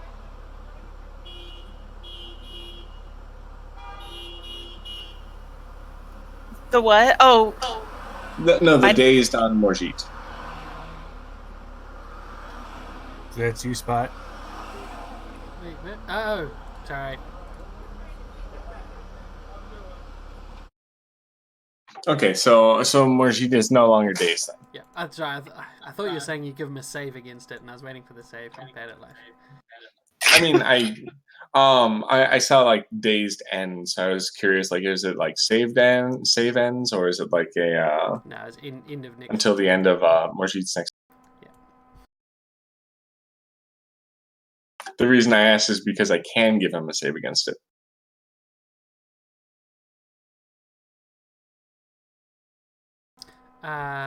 It's until end of Bandit's next turn, so before Morjit's next turn. He's already had one turn dazed. Okay, so I won't do that then. I am going to hit the bandit with a jinx shot, or at least attempt to.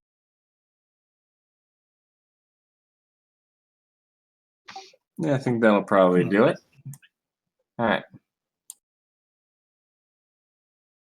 Alright, so it's going to do 12 damage to it, and the next attack that it misses is going to cause it to fall prone. Of course. That lasts until the end of my next turn, rather. So the exact wording is: the first time the target misses with an attack before the end of my next turn, it falls prone. Perfect. Alrighty, so that's your turn. Unsure if I want to move forward or try to get some heals, but I don't want to use an action point. So yeah, I think that's going to be my.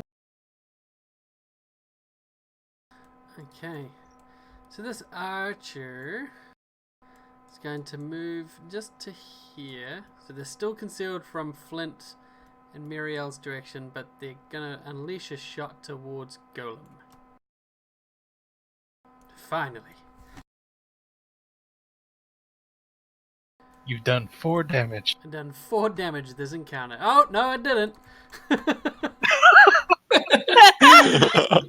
Golem with the prescience and the Warforged Resolve. Flint, you see an arrow whip out from the rock and just bounce off Golem. Alright, I guess I'll take care of him. Oh my god! Oh, that's perfect.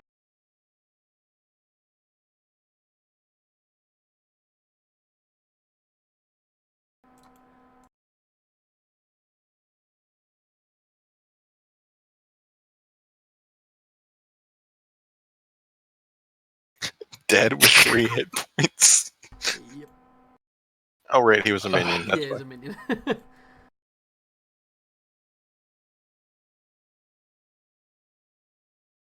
Yeah, I did it.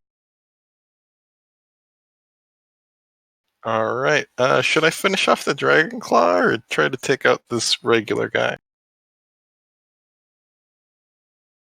Probably the Dragon Claw. Probably. He's a lot more dangerous, even if he's on the ground and...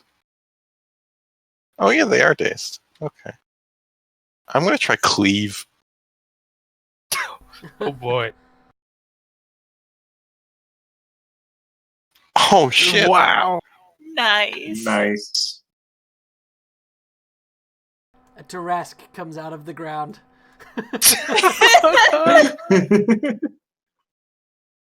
Oh shit.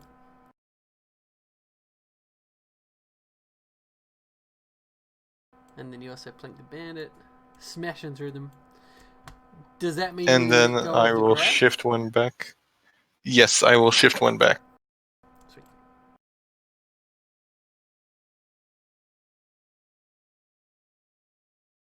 Alright. So he's no longer slowed, no longer grabbed, still marked.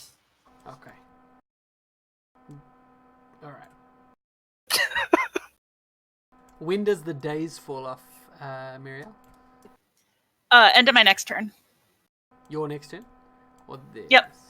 Oh wow. Because whoever's the target of augment to betrayal, dazed, they get that +4 to hit, +4 to damage on their roll, and then they get dazed. Wow. Yeah, it's so fun. Calm down, Scion. Alright, Golem, is that your turn? Yes. Alright. Well, thankfully... I still have the teleport 1 effect on me, and I have for like 2 sessions. Yeah, I don't know what that is. I'll get rid of it. I think that was from my majestic word. Oh, yeah. So, Muriel, let me just check. Betrayal still gives him... Okay, so that... I need to change that effect so it's not... it's not for every attack. Oh, okay, yeah, because I dragged the thing, and that's what it gave. Yeah. Sorry. No, that's fine. I just didn't want to... Well, actually, I did want to, but I didn't want to cheat. I wanted to smack Golem with the +4. But it's... No, it's just the... just the one, so I'll remove that bit.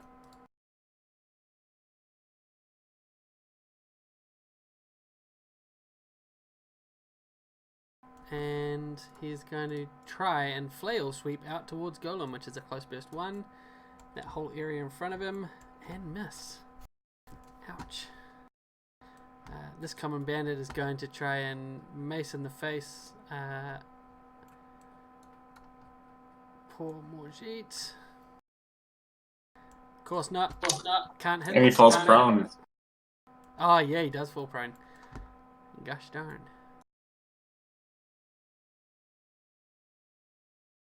Boonk. And this guy is going to flick out his last dagger. No, he's not. He's dazed. He's going to leave this fight and he's going to charge Flint.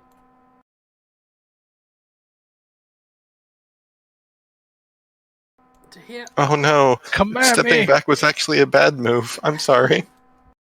Oh, that's fine. He gets the -2.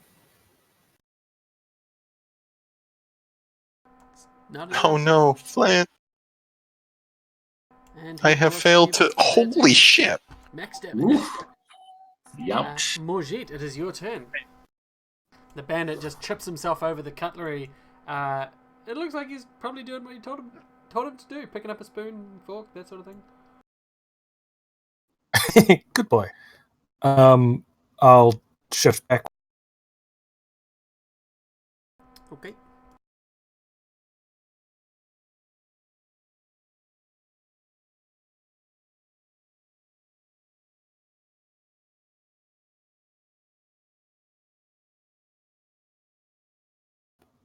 And I'll slide him towards me. Yeah, man. Can't charge me if you're cuddling me, buddy. He's still lying on the ground. Marielle.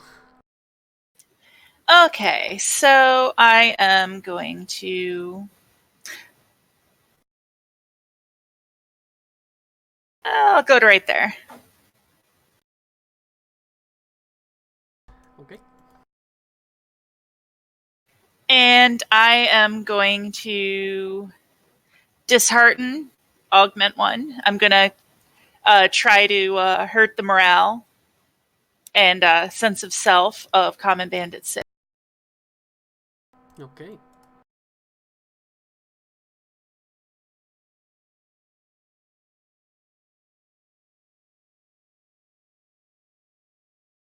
Oh, right ahead. Okay. And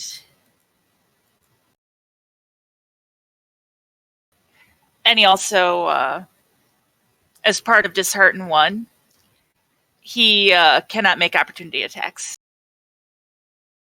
Okay. And that will be my turn. Aurelius.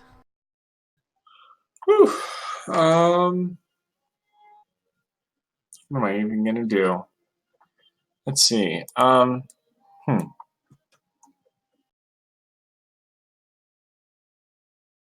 I am going to go right about here. Okay. Towards the bandit lying in front of Moji. Yeah, and then as a minor action, I'm going to hit Morjit up with a majestic word.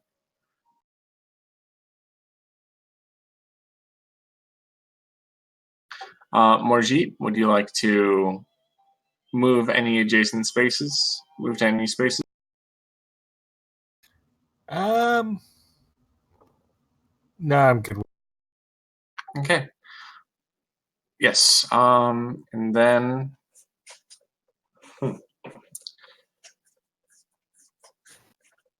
I wonder. So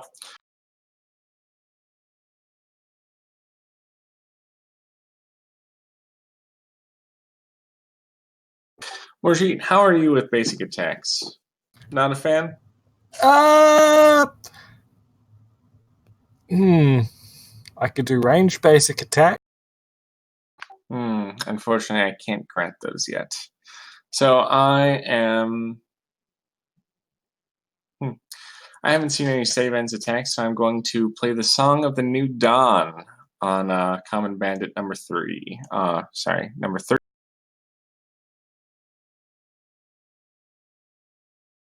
Alright. So it's going to hit, and he is going to that much damage. As I he did. As I pluck my bowstring like I would my harp. And that'll be my turn. Fair enough. I like this person very much. I think maybe they should no longer be standing or without sword wound. They should no longer be standing without a sword wound. Exactly.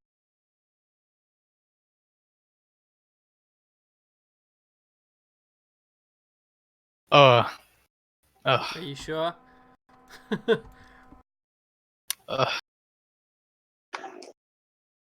Oh my god. I'm gonna spend a hero point on one of those if you want.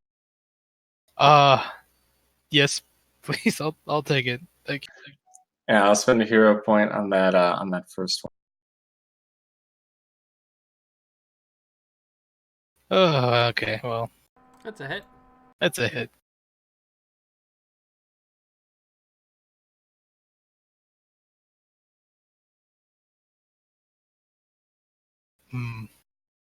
He's bloodied.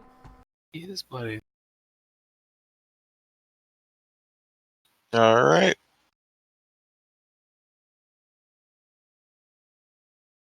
I'm going to come in and in my best Optimus Prime voice, give me your face. Nice.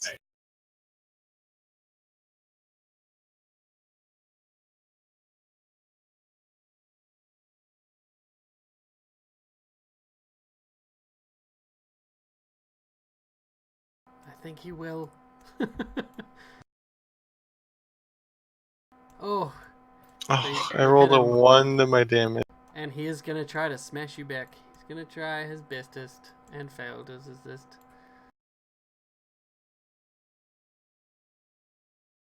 Not that it matters, but grabbed and marked. He's struggling while I try to yank it off. Back to playing Fatal again, are we? Oh! Boo! Boo! Jesus. Alright. Did he hit you with the dazing strike? He did last turn, didn't he? I just forgot to yes. steal the days on you. Oh well. So he smashes you with his mace. Oh, go ahead. Well, not that it matters, but with the I kind of forgot to make a thing for it, but with the armor I wear, my core target, I gain +2 defenses against them, but a 20 is still gonna hit. Okay. That's a really good effect. Actually, it's +1, my bad. +2 would be nice, but that's not until 13. What about what? Oh, I just I was mistaken. It's +1, +2 is until level 13. Oh, well, +1's still good. Yeah. I was like, +2, Jesus. Yeah, I sure wish it was. Okay, well he does hit you anyway. And there's Mojit.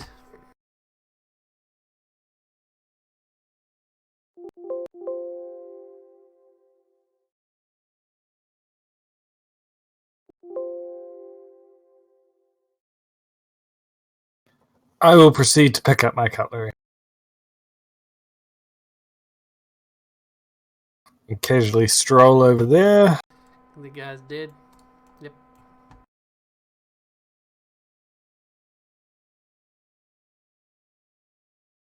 And use my other action to move there.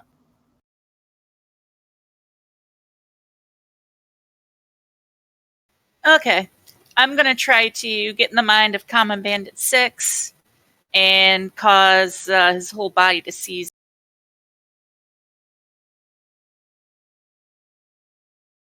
And once. Oh, shit. Nice. Yeah, that's gonna see. Good shit.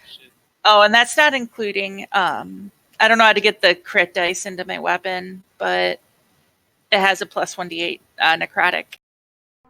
And you rolled an 8 on that, too. Oof. Cool, I've added the 1d8 necrotic.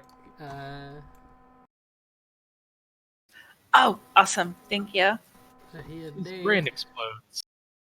Nice. Exploding crit dice. And that's gonna be it for my turn. Nobody steal my kill, please. Aurelius, you're up for the kill steal. Oh yeah, I'm gonna go and try to steal that kill. I'm gonna move right over here, and then I'll launch a jinx shot at Dragonclaw. Do it. Rude. Yes.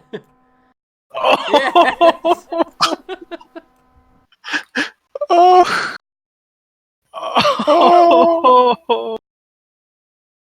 As I strut along and be like, "Oh, how you doing, Morji? Oh, I'm doing great. Hey, you want to see something really cool? Check this out." And then I let loose an arrow and Without even looking. shoot it. Not even looking at it. I'm just sort of swaggering. I sort of like point it and just do like a spin around and like try to do a backflip and sort of land on my ass. But when I'm landing, I fire off that arrow and it whizzes just past your head. Golem, I assume you're making an attack or just about to like strike him down, and my arrow hits him straight in the eye. Hopefully not in the eye. I want this mask. Well, the mask has eye holes. Oh, okay. The ass doesn't have eye holes. That would be weird.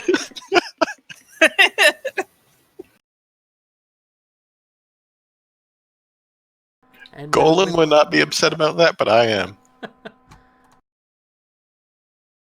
The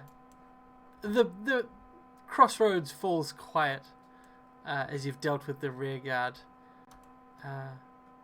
There is enough clothing here for you to dress yourselves and hide your identities if that's how you want to try and get into the radius. If that's your plan, I think someone was mentioning. Oh yes, definitely. I want to search for bandit clothes that are similar to my size, and set up a disguise for. And I'll also assist anyone else if they need help with their disguises.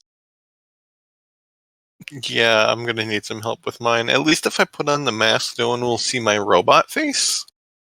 Yeah, I think if we cover you in robes, get some gloves on your hands, and put that mask on your face, nobody's going to be any of the.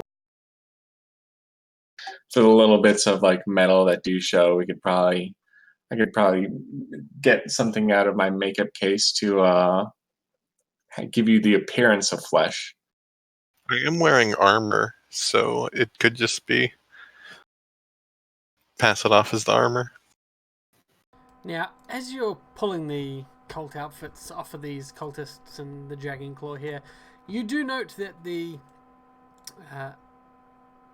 gear that they're wearing is different to those that you came across in the town. Well, at least in the fights that you had. They're a little bit flashier and they've got a little bit more embroidery and more trim. These are definitely more important cultists than the ones that you were fighting in the streets of Greenest. Not important enough to be free of having to keep up the rear guard, but certainly indicating that there maybe is different levels of those sort of committed to this cult. The Dragonclaw in particular, his robe is much more ornate than the one you dealt with back in Greenest. Do they have any ill-gotten gains for us to return? Not this group, no. Do they have any pockets that we can rifle through?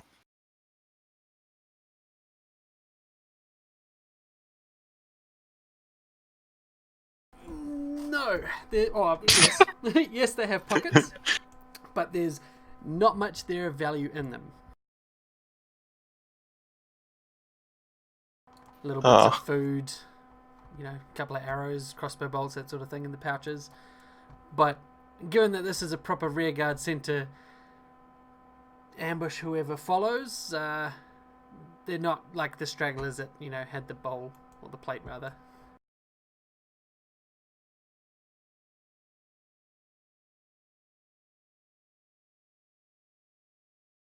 So, you push on with your ill-gotten gains. The cult outfits and their spears are in the party sheet. You can feel free to drag those to your inventory tab. You just drag from the number and drop that into your inventory, and it will give that to you. From where?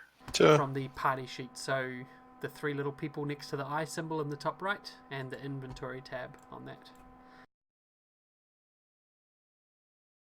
Well, a few of those cultists were archers, so I should probably take one of those archery outfits. Absolutely. Or should they wouldn't raise any eyebrows at one of their archers having a bow?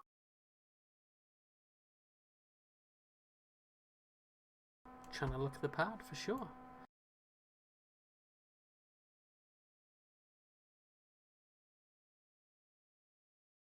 They'll never know the I can't figure out how to take one. Just drag from the number.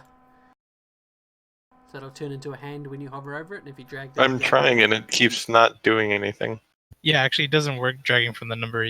Drag from the shield, the icon to the right. Yeah. Oh, okay, that works. Sorry. It's all wrong. It's alright, buddy. You're often wrong. Yeah, that's true. Get used to it. So, as you push on with your disguises that I'm assuming you're starting to wear already, just in case you come across anyone else? Yep. Fantastic. You come across... well, you continue to follow the path, I should say. When you get to a rocky plateau with the path sort of going down, dipping into it. Please do some searches. So what? Sorry. I think he's begging for Flint to take a short rest. Oh, Flint will be fine. Yeah, it's fine. He's survived on worse before. You also do get a milestone. I'll tell you that much as well. 2 encounters. Yeah. Oh, Flint, you might not need to use that last surge, because my Song of Rest will help you recover some more HPs. Oh, right. How much? 6. Oh, yeah, actually, I don't think... let's see. Okay, yep. That math works out. Save me healing surge there. Appreciate it. Yeah. So, as you come across this this plateau, the ground, or the path you're following starts to dip down into it, and in the hollow of this rocky plateau, you see the cultists' camp that's been set up here. You see it from a fair distance away, but you do see a large number of tents have been set up. Bigger ones further to the back. There is a makeshift palisade tower there at the front, which serves as a sort of guard post. There are a number of boulders, brush, caves, and you can see... Sure we're not playing Fatal? Yes, 100% sure. A number of bulges you see on the men standing in front of you. Oh, boy. The frontmost tents are rife with kobolds milling in and out. The tents are all haggard and torn and just look poorly, and that reflects the kobolds here serving as the frontline chaff for this the entrance to this camp. Further back you can see more humanoids and more intact tents, and then right at the back you see a large pavilion which is being guarded by a couple of dragon claws that you can see. You can already see their clothing sticking out from the rest of the crowd, even from the several hundred feet that you are away. The entrance to this area where you stand is the only safe way in, but if you wanted to circle around the plateau and find a way to climb down, you certainly could try. It is about 100 to 120 foot in places of sheer rocks, but they're craggy enough that you could, try and climb down without completely dying straight away. You do also see a cave right at the back, which appears to have a couple of people standing outside of. It's unclear exactly what it's being used for, but they do appear to be guarding it. And as I say, it is a large area, so there's plenty to see. What would you like to do? So, I've thought of a slight wrench in our plans here. We have approximately 0 kobolds in our group, and we do not know how long the rear guard was supposed to stay as the rear guard. The rear guard had no kobold in their group either. That's what I mean, though. Like, if we come back and pretend to be the rear guard, because obviously we have no kobolds, people might be a little suspicious.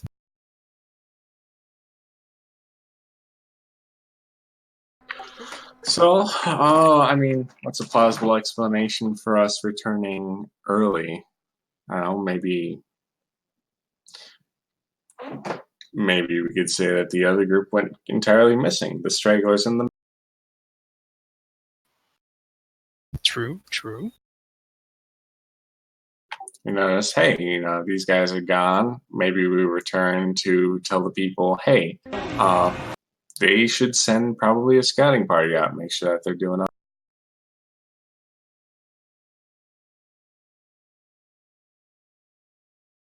I'm just spitballing here. Feel free to correct me. I mean, those are all plausible explanations. There's always the option that someone acts as a prisoner. Say the rest of the other group were killed, but managed to, obtain a prisoner. Might get us deeper in, perhaps. Who do we make the prisoner, though? I kind of don't want any of us to be stuck in a situation where I can't easily protect them. And having a prisoner is probably not a terrible idea, because if Leoson's missing, he's probably been imprisoned somewhere. So it when you have to take the prisoner somewhere, we'd find out where he's. We'd be able to find. I was about to say stored, but where they store the prisoners, just up there on the top shelf. Organize a prison break from there. Golem, what would you think about being the prisoner? Yeah, okay. That actually makes sense. You are the most conspicuous person in our party. Right, I'm the only one who has no chance at all of sneaking around the back. And bluffing your way through. Yeah. And also having... Oh, sorry, go ahead. Oh, yeah, I was thinking, it's like, he's the most conspicuous person in our party. We wouldn't have to worry about, hey, this person's made of metal. We don't know anybody like that. And also, it's sort of like, it would also throw them off the scent, where they would probably think, well, shit, those adventurers were already taken care of by our rear guard, so we don't have to worry about it. Yeah, not to mention, because Golem was supposed to be wearing the mask as well, and you were, I assumed, going to wear a mask. That guy did mention that he was the last Dragonclaw, so having two of them in our party might bring up some questions. That's a very good point.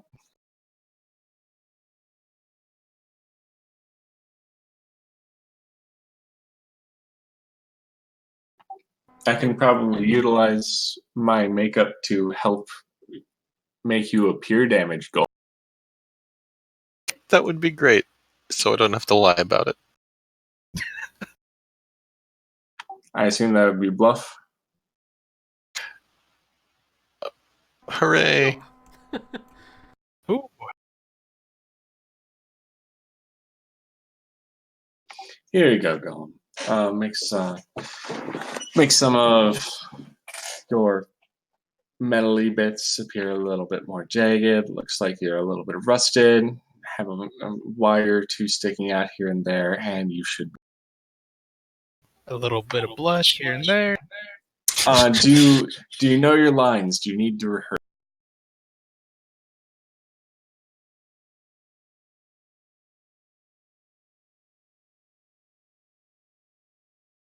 Perfect. Those lines work perfectly. Absolutely perfect. If they demand a response, if all else fails, we can always go to your go-to. Just say, I am Golem.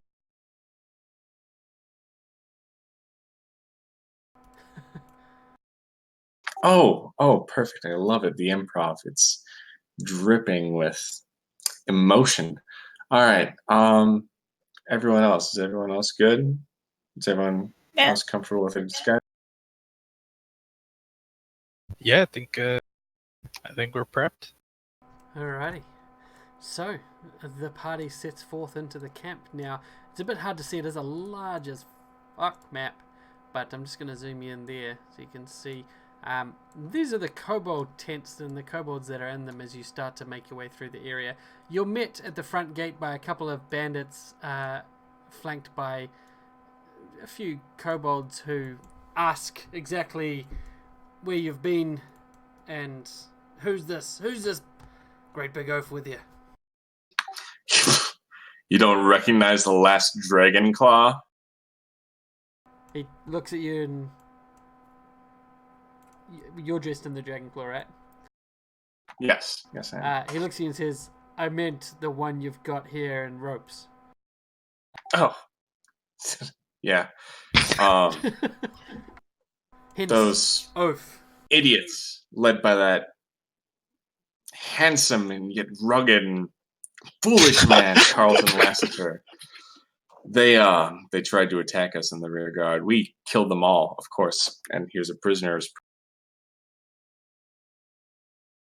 He walks over to Gollum as you're speaking and prods him with the back end of his spear. "You the one that fought Sirenrath?" I have failed. You don't get to talk. And the guard taking your note smashes Gollum in the stomach with the haft of his spear. Gollum, do you resist the blow, or do you take it as the faking defeat? I will take it as the fake defeat and broken in spirit and body role that I am playing, because otherwise I'd have to roll bluff, and I am very bad. Fair enough. As you start to move through the camp, they allow you in, but various people spitting and cajoling you. There's a crowd that begins to form in front of you as people come to see the fool who would who would try to fight Sirenrath and be defeated, and then be foolish enough to be caught and brought back to the camp. The ongoing assault of people throwing and spitting and kicking at you will cost you a healing surge as you move through the camp. That's not that bad. I was expecting a lot worse, actually. Please don't give me worse. You have one healing surge left.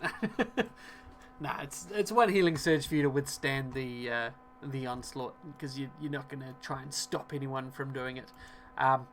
But you all make your way through what is mostly the kobold area, and you see as you get to this next bit, I get to delete all the kobolds, thank goodness. And you get to what is most likely the cultists' tents. Now, there's similar to before, a lot more finely dressed cultists here than the ones that were ransacking the town.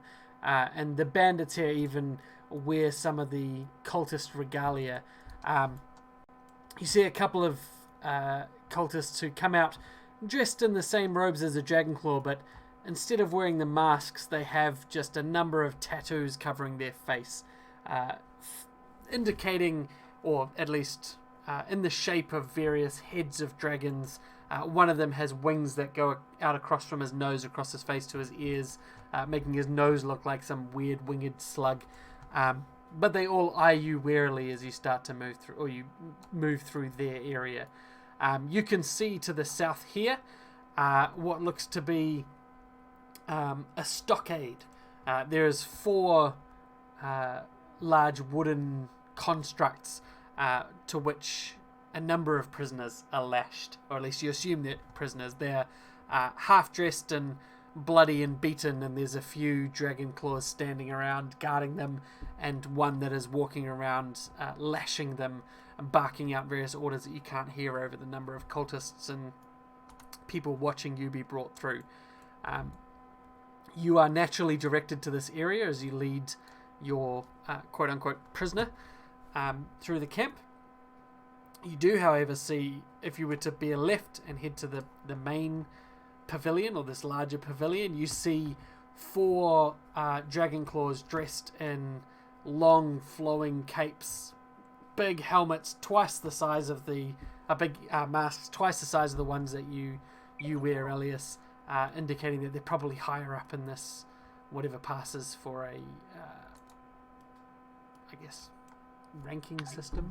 But yeah, you guys are sort of corralled down to the south, unless you want to try and push around and go somewhere else, or anyone wants to break off from the group and go and check out that tent or the cavern.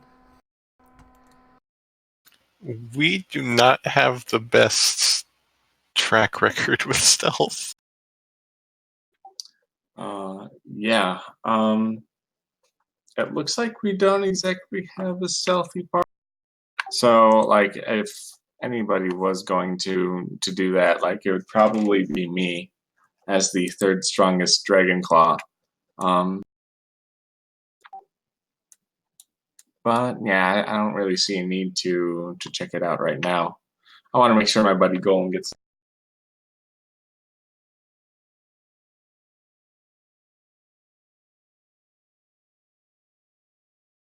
Sorry, did you cut off at the end there, or is my internet playing up? It's been playing up a little bit this evening. No, I got cut off at the end. Okay, good. Yeah. I want to make sure that my buddy Golem gets there safe, so I'm going to be sticking. Yeah, I don't trust my ability to not just ruin everything, so yeah, I'll stick with the group. Okay.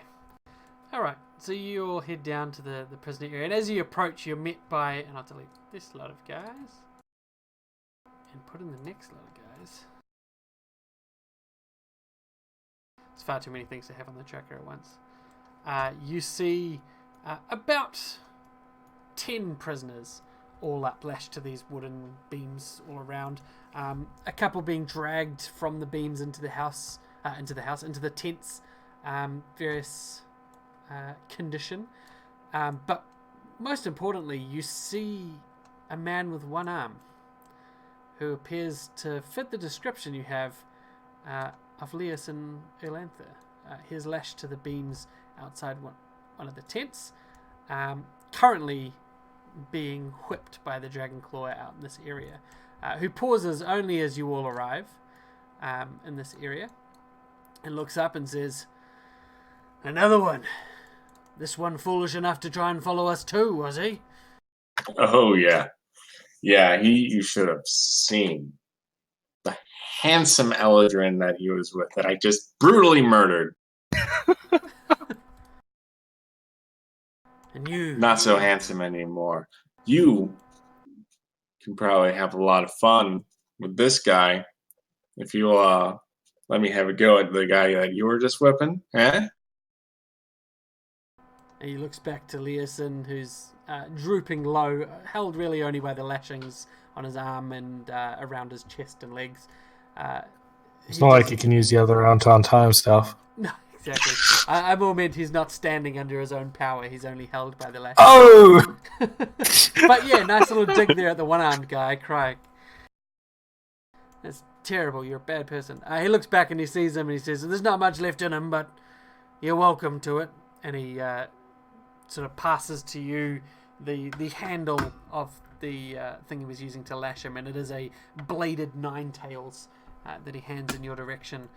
He says, "I'm going to have to figure something else for this metallic monstrosity. Lash him up over there with the other two." And to that he directs to the other members of the group. As Aurelius, you're able to walk down to Leosin. I walk over to Leosin, and is there, aside from that dragon claw that's right next to me, is there anybody else? Now, you can see into these tents. They're not tents that go right to the ground. They're sort of more like gazebos, if you will. Like, they're more like shelters that you can sort of see probably just under chest height. And you can see a number of prisoners chained up in the top three, and in each of them is another dragon claw guarding them.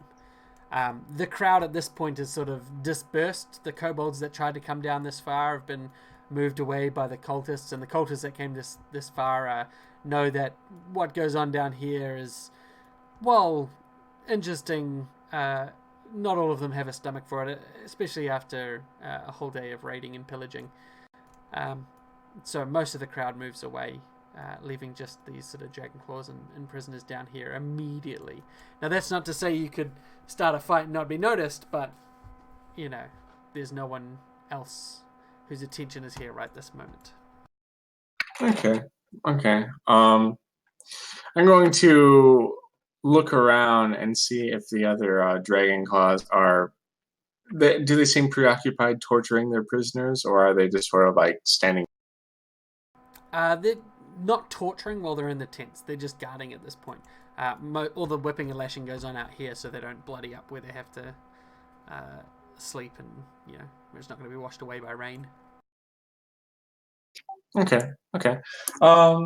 Yeah, so I'm going to feign an attack with that bladed nine tails and really just sort of like ham it up and just sort of like, ha ha ha, you thought you could mess with Lenathan or the mighty. Just start hocking a loogie as you try and say Sanrath's name. But yeah, so you make a big show of it. Roll me a bluff. A bluff? Yeah. Because you're not actually whipping him, right? You just want to give. I'm going to healing surge that.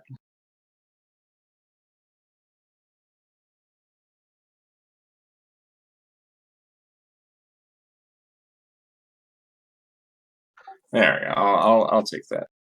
Okay, so as you start, I assume you're going to be like hitting the wood around him, that sort of thing, and making a big show of it. Yeah. So as the first slash of the blades from the Nine Tails cracks into the wood, as Gollum has walked past you by the others, and that Dragonclaw follows over there, he sort of smiles as he sees you lifting your arm and striking down towards Leosin. Leosin looks at you with a strange look as you miss him, but you're acting like you definitely hit him, and it takes him a few moments to cotton on as you hit again and again, and you make this big, impressive, that'll teach you, and you're sort of hitting where his non-arm is, that sort of thing. And then he starts to play it up as well, and he starts poorly, the pain, so much of it. It really Tell me. hurts. My arms. Why did you come here? I'm just a simple trader. Don't lie to me. I would never lie. You are mighty and I am meek. And then he says under his breath, who are you? Are you here to help? I whisper to him under my breath. I sent from Candlekeep. Tell me what. And he grimaces and says, we can.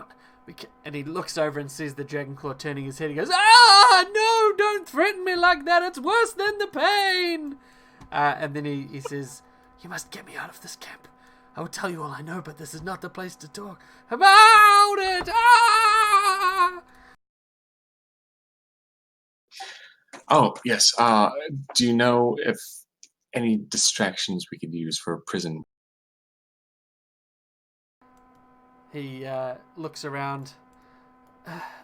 Maybe starting a fight, preferably one you don't get killed in or caught up in even, might draw their attention away enough for us to slip out. Or wait till nightfall. Good idea. I'll and I just sort of like make more of a show of just like, yes, and don't you forget never to mess with the dragon cult again. And try to reconvene with my party members. He shouts out, I'll never forget, but also I won't remember who you are, because that would be compromising. And the show is enough. Now, Gollum, you're lashed to this wood alongside these two other prisoners, and the Dragonclaw that walks over to you pulls out not a whip or a claw, not Nine Tails or anything, but pulls out a large metal club. Unfortunately, he's not going to be faking it and putting on a display as he stands over you, and the rest of you, I'm assuming, are going to watch or stand idly by? I've got a mouth. My friend, you are an idiot. Why are you using a metal club against a metal man? He looks over to you. What else? The lash. He is made of metal, yes? Yes. Go find something that will electrocute him. I'll get one of the fanatics. Good thinking. And he brushes past you and heads up north back to the cultist tents, and he leaves off. If I can, I'm going to give him a look like the fuck. I'm trying to buy you some time to like break the ropes and or loosen the. Is that something I can do with like athletics? Or because my plan was your to roll friends lashed you. endurance until he got tired. Your friends are the ones that lash you, so I can imagine that you probably would have tied him without properly tying him, right? Like, or easy. I mean, easy it's a big assumption. Yeah, let's get a who lashed him? Who lashed him to the thing? I did because I'm bad at it. All right, give me a dungeoneering roll. Oh, hey. Well, I'm trained in dungeoneering, so what could go wrong? That could go wrong. Do you want to re-roll? It only needs to hold up to casual scrutiny. Once he's close enough, I'll just fucking break him in half. I mean, yeah, considering if we get into a fight now, we're basically uber fucked anyway. So sure.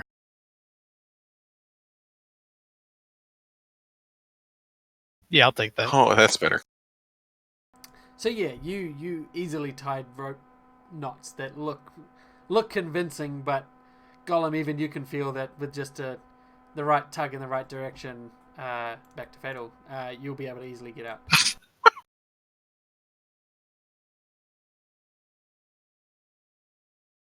Look at Boy Scout over here.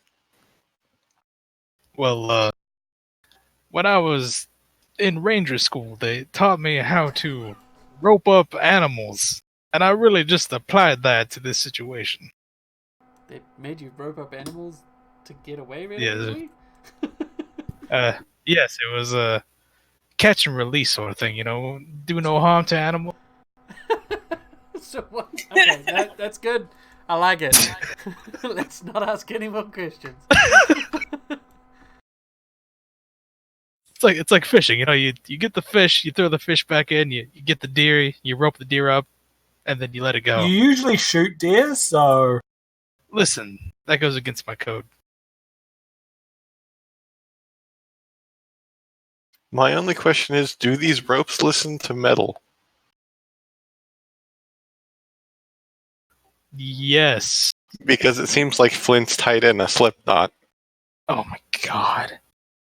Nice.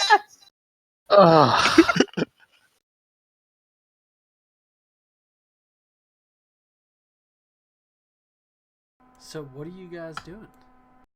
He's probably only going to be away for a minute and a half based on the time it took you to walk down here. Do you want to wait for him to come back with this lovely suggestion on how to get into Gollum? How to really hurt him?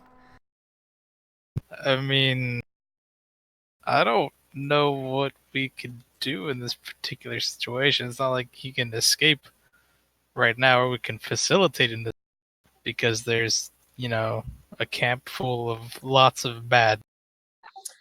I'm going to walk over to Marielle and ask, would it be possible for you to start something of like a fist fight?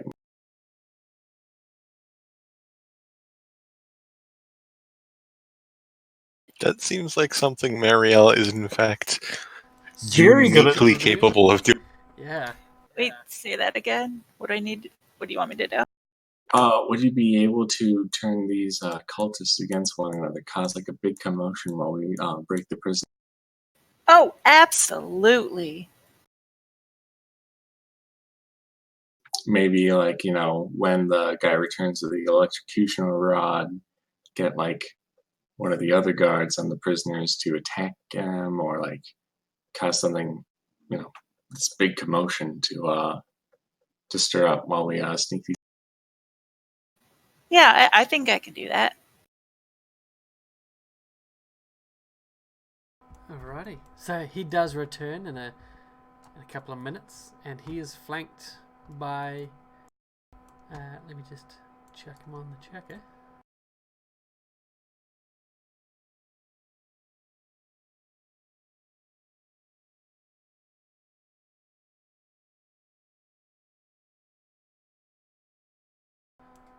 these fanatics.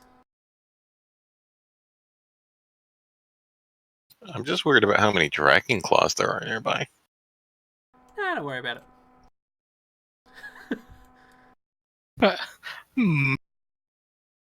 And these cultists with the tattooed faces. So the group comes down, and you hear him excitedly telling, "So I was gonna beat him with the stick, right? And then, actually I can't remember who it was. That furry fella, you know the one. He said, why don't we zap him? And I know you lot love to zap." And talking about each other, and they come into earshot and around the corner, and look, there he is. He's still tied up on the thing. And he stands to the side next to Morjit. He says, "Right, this is going to be good." And these ones with the tattooed faces, the blessed cultists, move down. And the one that appears to be in charge pushes past Morjit, and the others sort of make a circle around him, pushing away, shouldering in around the others, all around Golem. He says, "So, you are a face I recognize from back in that little town we were at last night."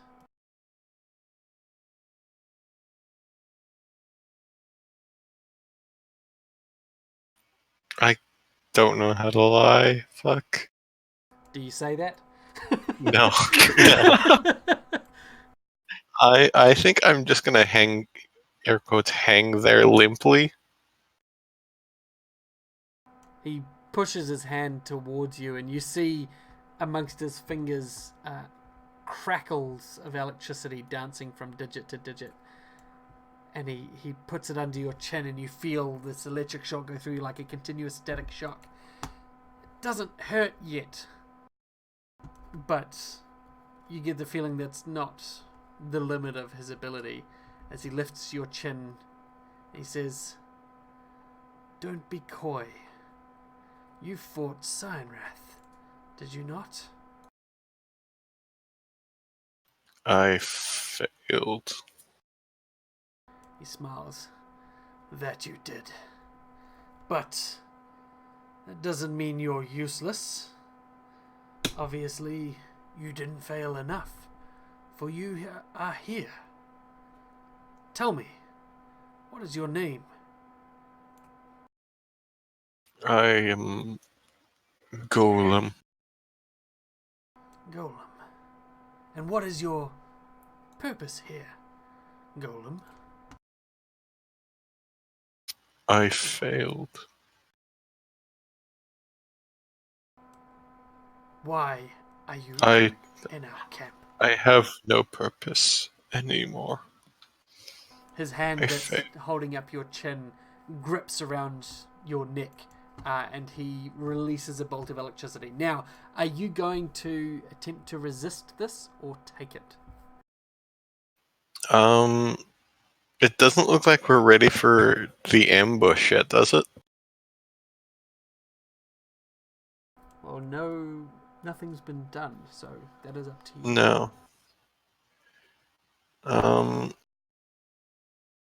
This guy seems like a pretty generic cultist. I'd rather not blow my shot at a sneak attack on a generic dude, so I'm gonna take it. All right. He electrocutes you, and boy, it hurts. What is your healing surge value? 11. All right. You lose a further healing surge. Alright. Did we come up with like a tell when we were gonna do that? Nope. I think the safe word was unyielding. All that was mentioned was Muriel was going to start something as this goes on. And Muriel, you see Golem being electrocuted, and it does look extremely painful. Okay.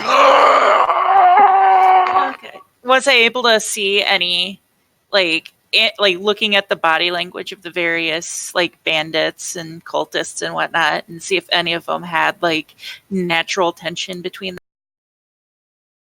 The dragon claw that just brought down these cultists and fanatics seems uneasy at this display of power, but the cultists and fanatics seem very tight-knit amongst each other. There's very little angst between that group of 8, but the dragon claw that brought them down does look uncomfortable even at this level of torture. Okay. I think I'm going to, what do you call it? Slightly move back. And then, I'm going to turn that uneasy dragon claw against the cultist next to him. Alrighty. So go ahead and make your attack. So you're going to do betrayal, right? Yep. Betrayal, action point, betrayal.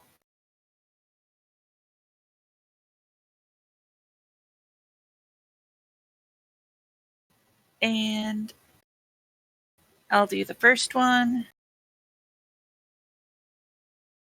Oh, that's going to do it. And then back at the second. Nice. Well, after he lands the hit, then back at the second one as like a reaction, sort of reactionary. I'm going to say because you crit, his hit's going to count as a crit. Nice. If he hits. Oof. Does anyone want to use a hero point? I will. Alrighty. So he crits. And he just turns with his flail. He's smiling. A little bit uneasy after watching this, but he turns to the cultist, and the cultist is just grinning heavily. But only for a moment. As the dragon claw just slams his flail right into his teeth and nose, caving in a great portion of his teeth. And you're going to make another attack? Yep. And naturally, of course, the cultist would want to strike back. And he hits again. Or rather, you hit again. He rings back with the flail and brings it down towards him, but unfortunately does miss. That should cause some commotion. When that is going down, I'm talking to Dragon Claw number 2, and I'm just like, didn't we lose someone? Didn't we lose a Dragon Claw in Greenest? Do you think that might be an infiltrator? Do you think that might be a roll me blood? As I'm pointing towards the Dragon Claw that's attacking the Dragon Blessed cultist. Nice. Very nice. 2 there. That 2 is a strange agent. He storms out and he says, "You're right." And as Dragonclaw 1 is looking around confused, he just sort of drops the flail, looks at the damage he did to the cultist's face, and and the cultist turns. His frown, as his smile now turned to a frown, and he just says, "You dare? You dare?" But he's spitting out teeth and blood as he talks. And he pulls out or rather, he pulls his hand back, and just like the cultist down at Golem, you see the lightning crackling in his hand, but as he pulls it into a fist and draws it back towards the Dragonclaw, you see it grow in energy until it's almost blinding with electricity. But it whooshes past the Dragonclaw's face as he protests, "No, it wasn't me!"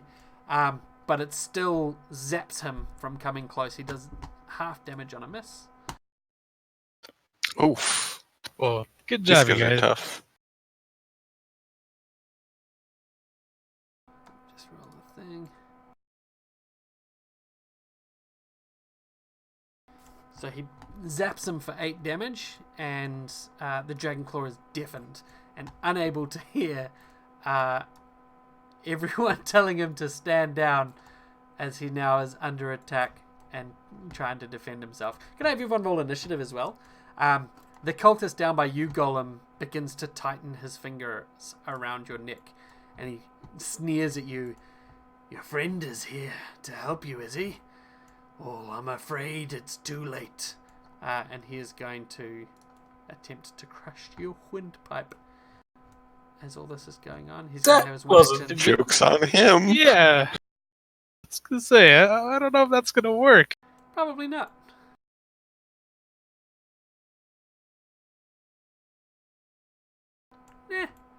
Still take the half, though.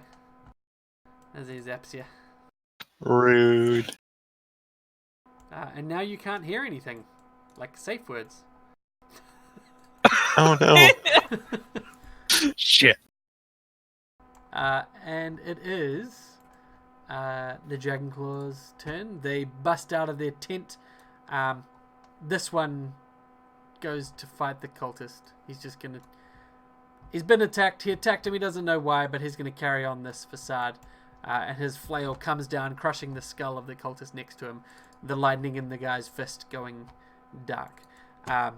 This Dragonclaw busts out, trying to say, "Stop! What are you doing?" But the fanatic next to him sees this as him trying to reinforce the Dragonclaw friend, and he is going to opportunity attack him with his short sword. He whips it out, fatal again, and misses.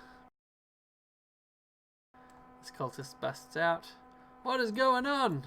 and sees the chaos ensuing. This guy here is just going to grab his friend. "What are you doing? What are you doing, buddy?" As all of the other fanatics move around. This guy's going to move up to Golem as he sees the cultist leader struggling to deal with you. So he is going to grab, or attempt to rather.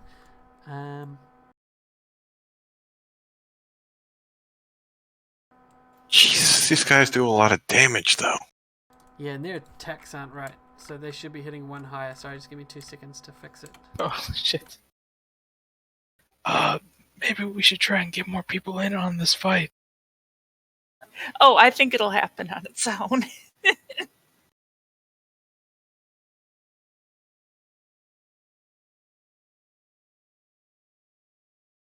So he goes to deep wound you, stabs his dagger right into your chest, dealing a whole 14 damage and wrenching it upwards, causing whatever serves as your vital fluids to begin to spill onto the ground. And until the end of his next turn, each time you make an attack against an enemy that is not a cultist fanatic, you will take damage as though you had been hit again by this attack. Oh, jeez. So he marked me. Yes. This fanatic here is going to carry on with his attack towards the Dragonclaw. Missing. Is that 2 attacks? No, it's 1 or 2 targets. This one here is going to move over here to try and push past you two. Flint, Marielle, do you do anything as he pushes past you towards the Dragonclaws? Nope. Okay. Fuck.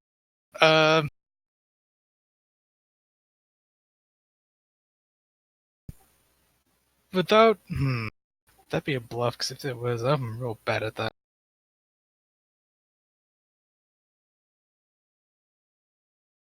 Under the guise of jostling to get a better look, I'm gonna try and trip him a little bit, kind of like I'm tripping over my own. Okay, yep. I'll allow it. So just do a normal melee attack, basic melee attack, and if you succeed, you can knock him prone. I just had the dumbest idea, actually.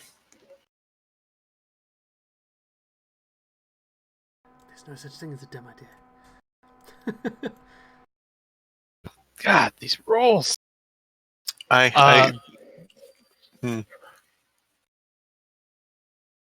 You know what? Because I think it'll be relevant before 46 attacks me, if I can throw my idea out real quick. Yeah. Go for it. 46 isn't going to attack you, but go ahead anyway. What I wanted to do was see if I could roll endurance to act like I was just out and not react to the pain of the second half of that, and try to act unconscious not through bluff but through endurance of just not reacting to pain.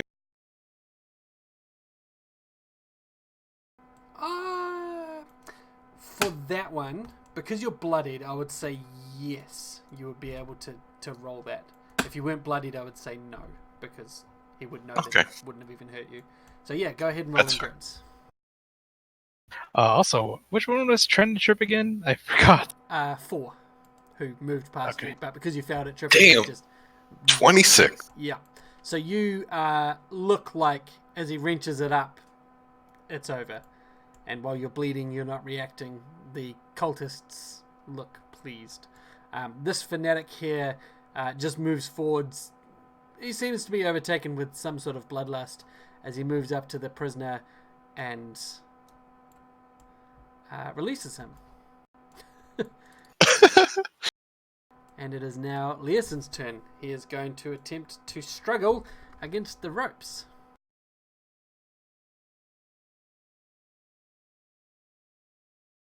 And struggle he does. The ropes hold fast. Morgit, your turn.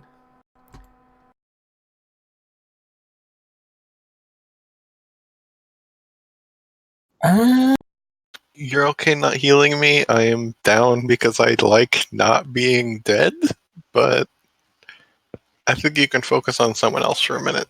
Don't waste your action healing me and giving away that both A, you're with me, and B, that I'm not. Please. Or just fight. I can't heal. Duly noted.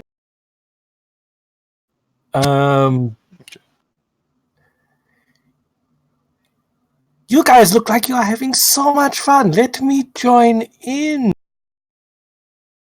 On whose side are you joining in? Talking to the Dragon Bliss cultist. Okay, so you're going for the dragon claws?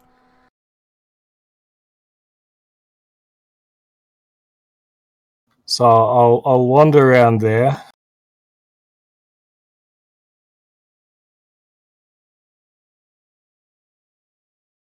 Fuck, there's no good positioning to nuke everyone. You can nuke everyone. Nah, I've only got Close Blast 3. It's not quite enough. That is huge. Did it? Yeah, it's not enough. It's like that. It's 5 people.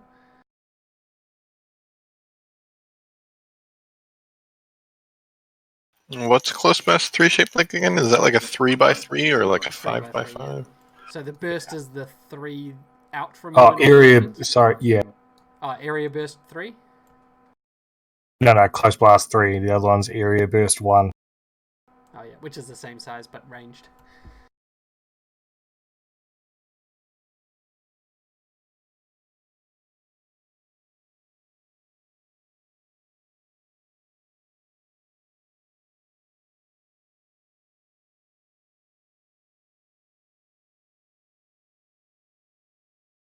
So what you doing, Morgit? Ooh, nice.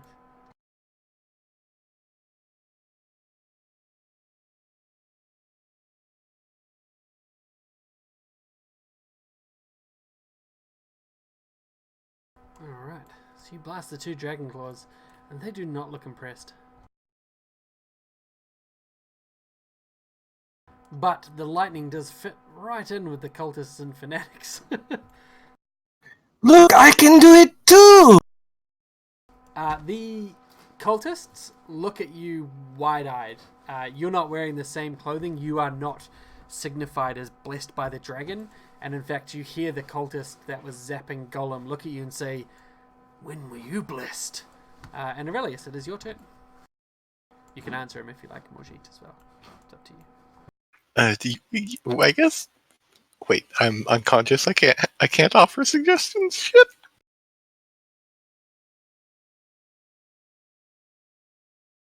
All right, in my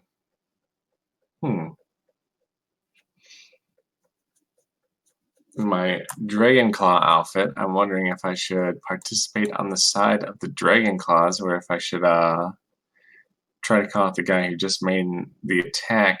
Huh. So what I'm going to do is I'm going to reposition myself over here just a little bit. Now, as you move from next to the fanatic, I know you haven't made them enemies, but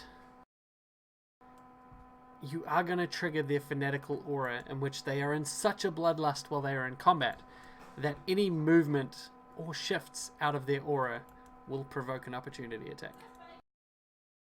Provoke an opportunity attack, you say? Yes. Okay. I mean, I'd probably be able to survive it. I haven't taken that many hits in this entire game, so yeah. I'll take it.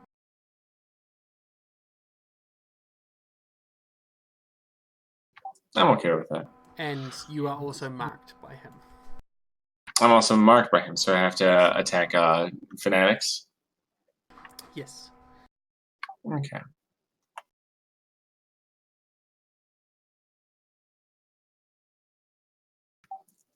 No, I'm not sure if I do want to make an enemy of them. Out of character, what do you guys think?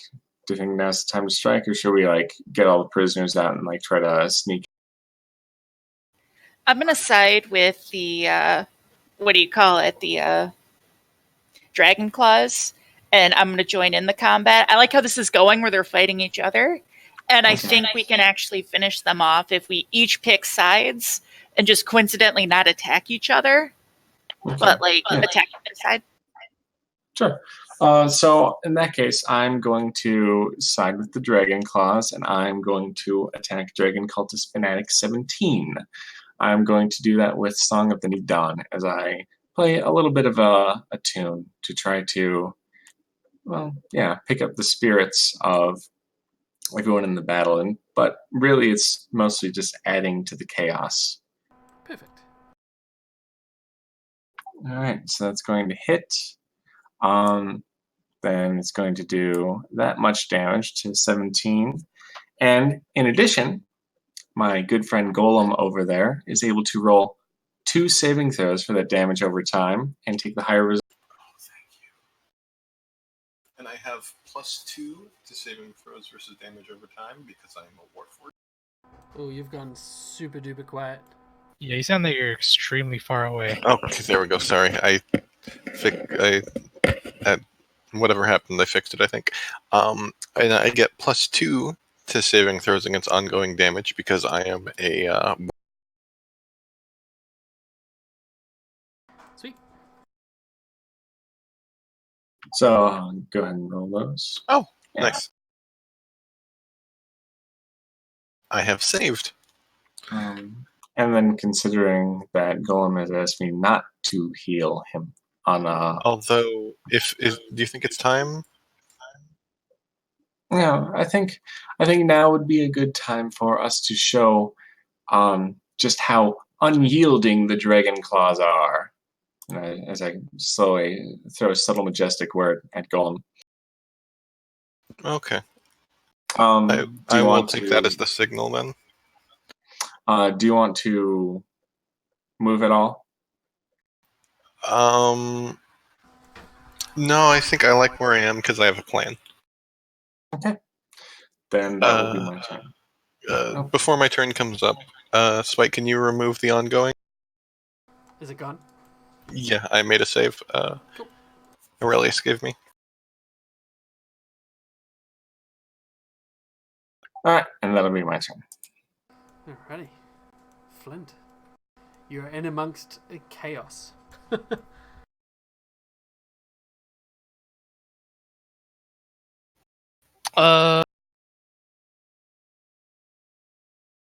Ooh, I've got cultists and dragon claws around me here. In my best interest, I'm gonna side with the cultists for the moment here.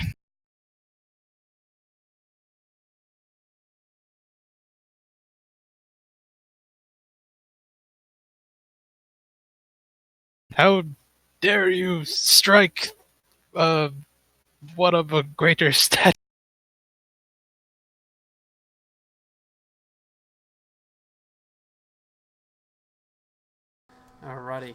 Now, as you're hitting a Dragon Claw, he will be smashing you back. Understood. And because I forgot to do it in the first one, it's all minor action.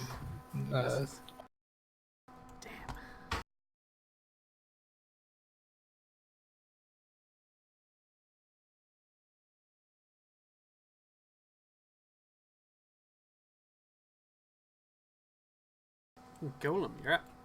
All right. I have a feeling this is going to get big.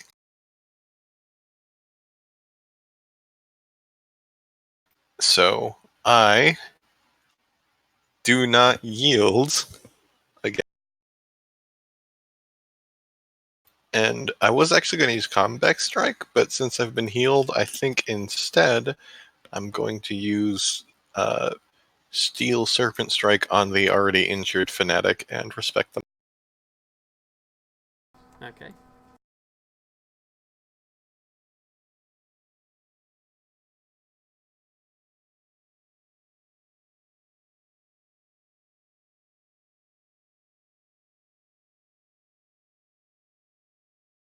Oh, I bloody him. Shit. Then I'm going to shift down one away from Morjeet because, as far as I know, he is actually a bad guy. And yes, I'm flanked now, but Okay. You're also flanked, and because you shifted whilst you're in the aura of the two fanatics, you are going to take an opportunity attack from either, by both of them, I should say. Oh, damn, I thought it was only if I moved out of their aura. I didn't realize it was if I shifted while in their aura. Oh, that's a good point, actually. Starts at turn adjacent to the cultist, provokes opportunity attacks if it moves or shifts out of this aura. So that is fine, yeah. So that's more like the 5th edition op attack. Alright, that cool. They do. Cool. Then I'm going to action point. Alright. And I'm going to hit him with a cleave.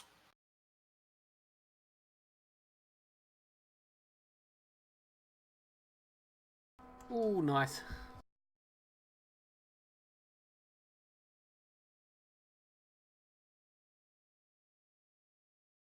And then hit the other Fanatic with the cleave swing. And with my minor, I'm going to turn on my Boundless Endurance stance. Alrighty. Can you hit the cleave on the other side of you? Does it not have to be adjacent to the target? Oh, yes, it does. I'm sorry. Can you undo the damage to that one then? Yeah.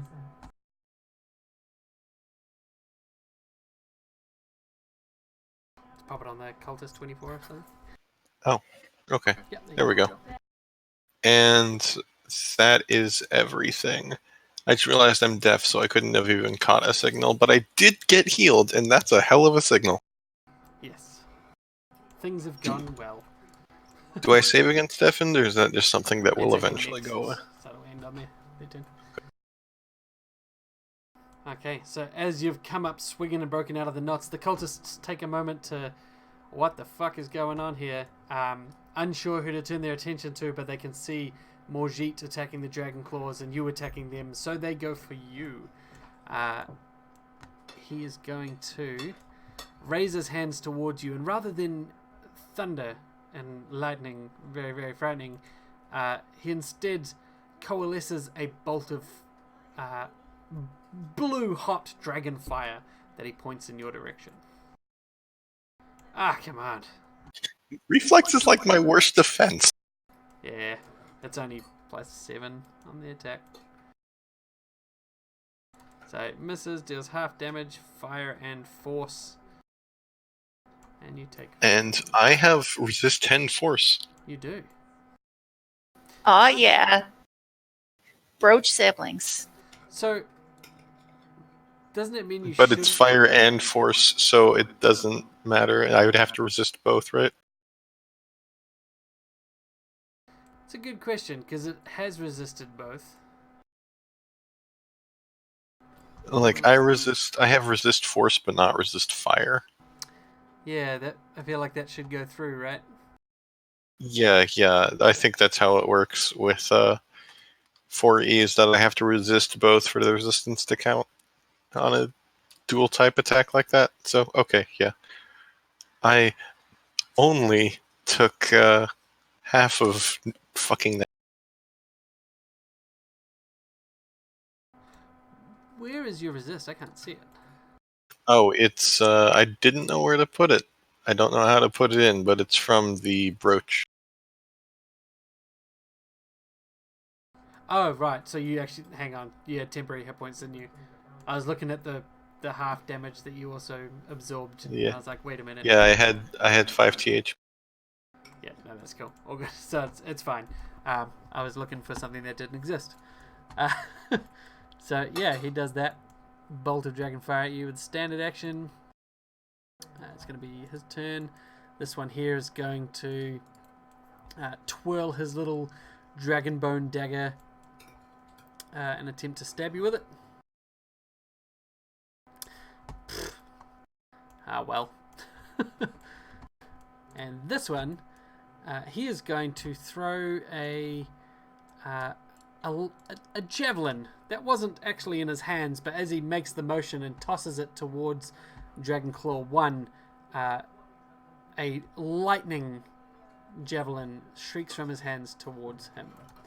Does Dragonclaw Clue get an opportunity attack against him? Certainly will. Yes! As will Flint, if Flint wants to attack Dragon Cultist 6.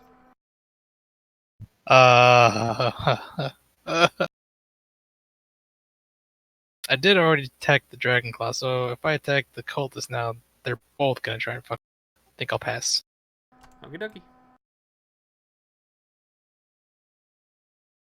Well, I mean, at least I'm hitting my guys.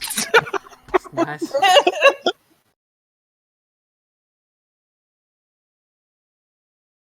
Oh, shit. Alrighty. Marielle, your turn.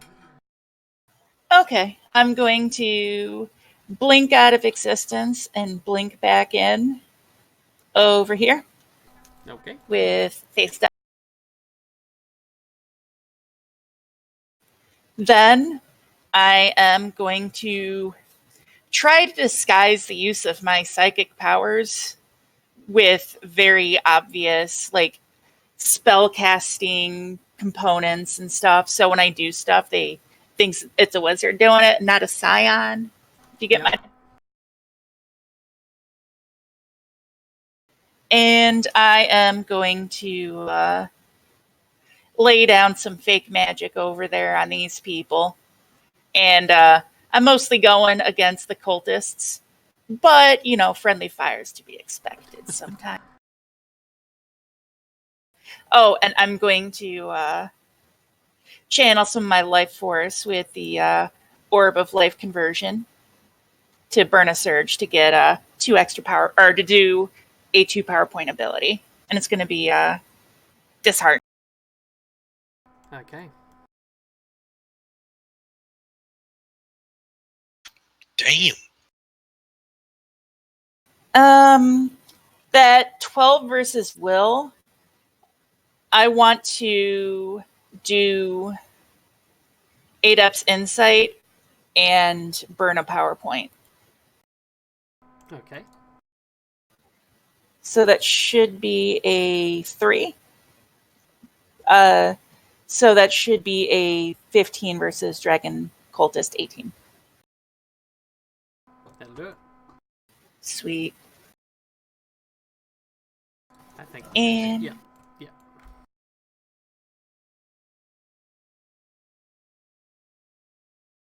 oh wait, why is it adding an extra D8 in there? Oh, I crit on one of them. Okay, yeah. Sorry, bad.